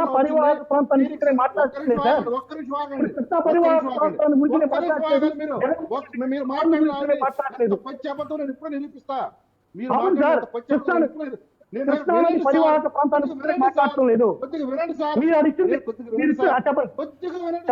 మధుసూదన్ రెడ్డి గారు చెప్పండి. ఇప్పుడు నేను ఒక కృష్ణా జిల్లా వాసిగా, విజయవాడ ప్రాంత వాస్తవ్యుడిగా నా ప్రాంతంలో ఈ రకంగా నీరు చూసి చాన్నాళ్ళైంది అని సంతోషంతో పెట్టిన పోస్ట్ ఇది శ్రీశైలం డ్యామ్ కానీ ఆ రోజు నాగార్జున సాగర్ కానీ అన్ని గేట్లు ఫుల్గా ఎత్తేసి నీరు వదులుతున్నది. అంటే ఏంటి? రాష్ట్ర ప్రభుత్వం నీటి పారుదలని రెగ్యులేట్ చేసింది. ఆ వచ్చిన వరదల్ని కిందకి డౌన్ స్ట్రీమ్ వదులుతూ ఆ రకంగా వదలటం వల్ల 31వ తారీఖు నాటికే 11 లక్షల దగ్గర రాలేదు, కానీ 7 నుంచి 8 లక్షల మధ్య క్యూసెక్లో నీరు పారుతుంది. అటువంటి సమయంలో మీరు ఇవాళ మీ జగన్ రెడ్డి ఏం చెప్పాడు? బుధవారం నాడే చంద్రబాబు నాయుడికి భారీ వర్షాలు భారీ వరదలు వస్తాయని తెలుసు అని చెప్తున్నాడు. వాతావరణ శాఖ ఇచ్చిందని. అవును. నేను ఇప్పుడు చెప్తున్నా మీకు, నేను ఇవాళ నా ఫేస్బుక్ లో 28వ తారీఖు నాటి నుంచి పేపర్లు పెట్టాను. ప్రతి పేపర్ యొక్క మొదటి పేజీ పెట్టాను, ఇంక్లూడింగ్ మీ సాక్షి కూడా. 28వ తారీఖు నాడు లేదు అటువంటిది హెచ్చరిక, 29వ తారీఖు లేదు, 30వ తారీఖు నాడు భారీ వర్షాలు వస్తాయనేది ఒక హెచ్చరిక ఉన్నది. అవి ఎక్కడెక్కడ పడతాను లేదు, ఇన్ జనరల్ గా అన్ని జిల్లాలు కలుపుకుంటూ కోస్తా రాయలసీమ అని చెప్పారు. కానీ వాస్తవానికి వైజాగ్లో ఆ రోజు పడింది. తర్వాత ఇక మీ విషయానికి వస్తే, కృష్ణా జిల్లాలో అప్పటికే 8 లక్షల క్యూసెక్ల పైన వరద నీరు పారుతుంది. ఇక్కడ బుడమేరకు వచ్చింది ఏంటంటే 2005లో ఒకసారి వచ్చింది, ఏది హెవీ ఫ్లడ్, రాజశేఖర రెడ్డి ముఖ్యమంత్రిగా ఉండగా 37,000 క్యూసెక్లు వచ్చింది. ఇప్పుడు వచ్చింది కూడా దగ్గర దగ్గర 40,000 క్యూసెక్లు. వెలగలేరు రెగ్యులేటర్ అనేది బుడమేరు పరివాహక ప్రాంతంలో ఉండదు. బుడమేరు యొక్క వరదని కృష్ణలో కలపడం కోసం 1970లో కట్టింది. మీరు చెప్పిన ఇందాక 1964 వరద తర్వాత నాటి కాంగ్రెస్ ప్రభుత్వం తీసుకున్న నిర్ణయం వల్ల కట్టిన ఇది ప్రసాద్ గారు ఓన్లీ బుడమేరుకు సంబంధించి వారు మాట్లాడతానంటే నేను నిజంగానే నేను రేపు డిబేట్ కండక్ట్ చేస్తాను మార్నింగ్ టైంలో. వీళ్ళకి చరిత్ర తెలియదు కాబట్టి చెప్తున్నాను. లేదు అదేనండి, ఎందుకంటే ఇప్పటి వరకు మీ సమయాన్ని 1వ తారీఖు వరకు కూడా బుడమేరు, 1వ తారీఖు రాత్రి వరకు కూడా బుడమేరు పొంగుతుంది. సింపుల్ ప్రసాద్ గారు, ఇంత ఎక్స్ప్లెనేషన్ కూడా మనం చెప్పక్కర్లేదు. అక్రమంగా ఇసుక తవ్వు కలిగిపోవడం వల్ల బుడమేరు అక్రమంగా తవ్వు కలిగటం వల్ల ఎవరా మీ అక్కడ ఎమ్మెల్యేలు వీళ్ళు ఆ రోజు అక్రమంగా అమ్ముకున్నారు ఇసుకని, ఆ మట్టిని, ఆ ఇది రేపు కంటిన్యూ చేద్దాం ప్రసాద్ గారు, విత్ యువర్ పర్మిషన్. ప్రసాద్ గారు 100 మీటర్ల గంటలు. ప్రసాద్ గారు ఇది రేపు కంటిన్యూ చేద్దాం. బుడమేరు అక్రమాల మీద రేపు కంటిన్యూ చేద్దాం. ఇప్పటికే సమయాభావం అయింది, ఇప్పటికే సమయం మించిపోయింది కాబట్టి ఇది డెఫినెట్ గా రేపు కంటిన్యూ చేద్దాం. ఎందుకంటే కేసులు అన్న పాయింట్ మీద సమాధానం వాళ్ళ దగ్గర నుంచి రావట్లేదు. అలాగే ఈ బెదిరింపులు, హెచ్చరికలు, అంటే ఒక బరి తెగింపు, నేను అధికారంలో లేకపోతే నేను ఏది మాట్లాడినా ప్రభుత్వం వారు కానీ ఎవరైనా సరే పడి తీరాల్సిందే అనేటువంటి ఒక స్వభావం కనిపిస్తుంది తప్ప ప్రజలకి బాధ్యులుగా ఉండి మాట్లాడాలి అన్నదైతే ఎక్కడ కనిపించట్లేదు అన్నదే ప్రధానంగా ఆరోపణ వినిపిస్తోంది. సో ఎనీవే, డిబేట్లో పార్టిసిపేట్ చేసినందుకు పొనుగోటి శ్రీనివాసరావు తెలుగుదేశం పార్టీ, అలాగే వైఎస్ఆర్సీపీ నుంచి మధుసూదన్ రెడ్డి గారికి, జనసేన నుంచి శాంతి ప్రసాద్ గారికి కూడా ధన్యవాదాలు. బుడమేరుకు సంబంధించి అయితే రేపు డెఫినెట్గా మనం కంటిన్యూ చేద్దాం సార్. సో జగన్మోహన్ రెడ్డి ఆలోచన సరళి మీద ఇంతకు మించి ఇంకా ఎక్స్ప్లెయిన్ చేయాల్సిన అవసరం లేదు. ఇక ప్రజల విజ్ఞతకే ఏంటనేది వదిలేస్తున్నాం. సో ఇది ఇవాళ బిగ్ డిబేట్. చూస్తూనే ఉన్న న్యూస్ 360. నేను మీ పవన్ కృష్ణమూర్తి.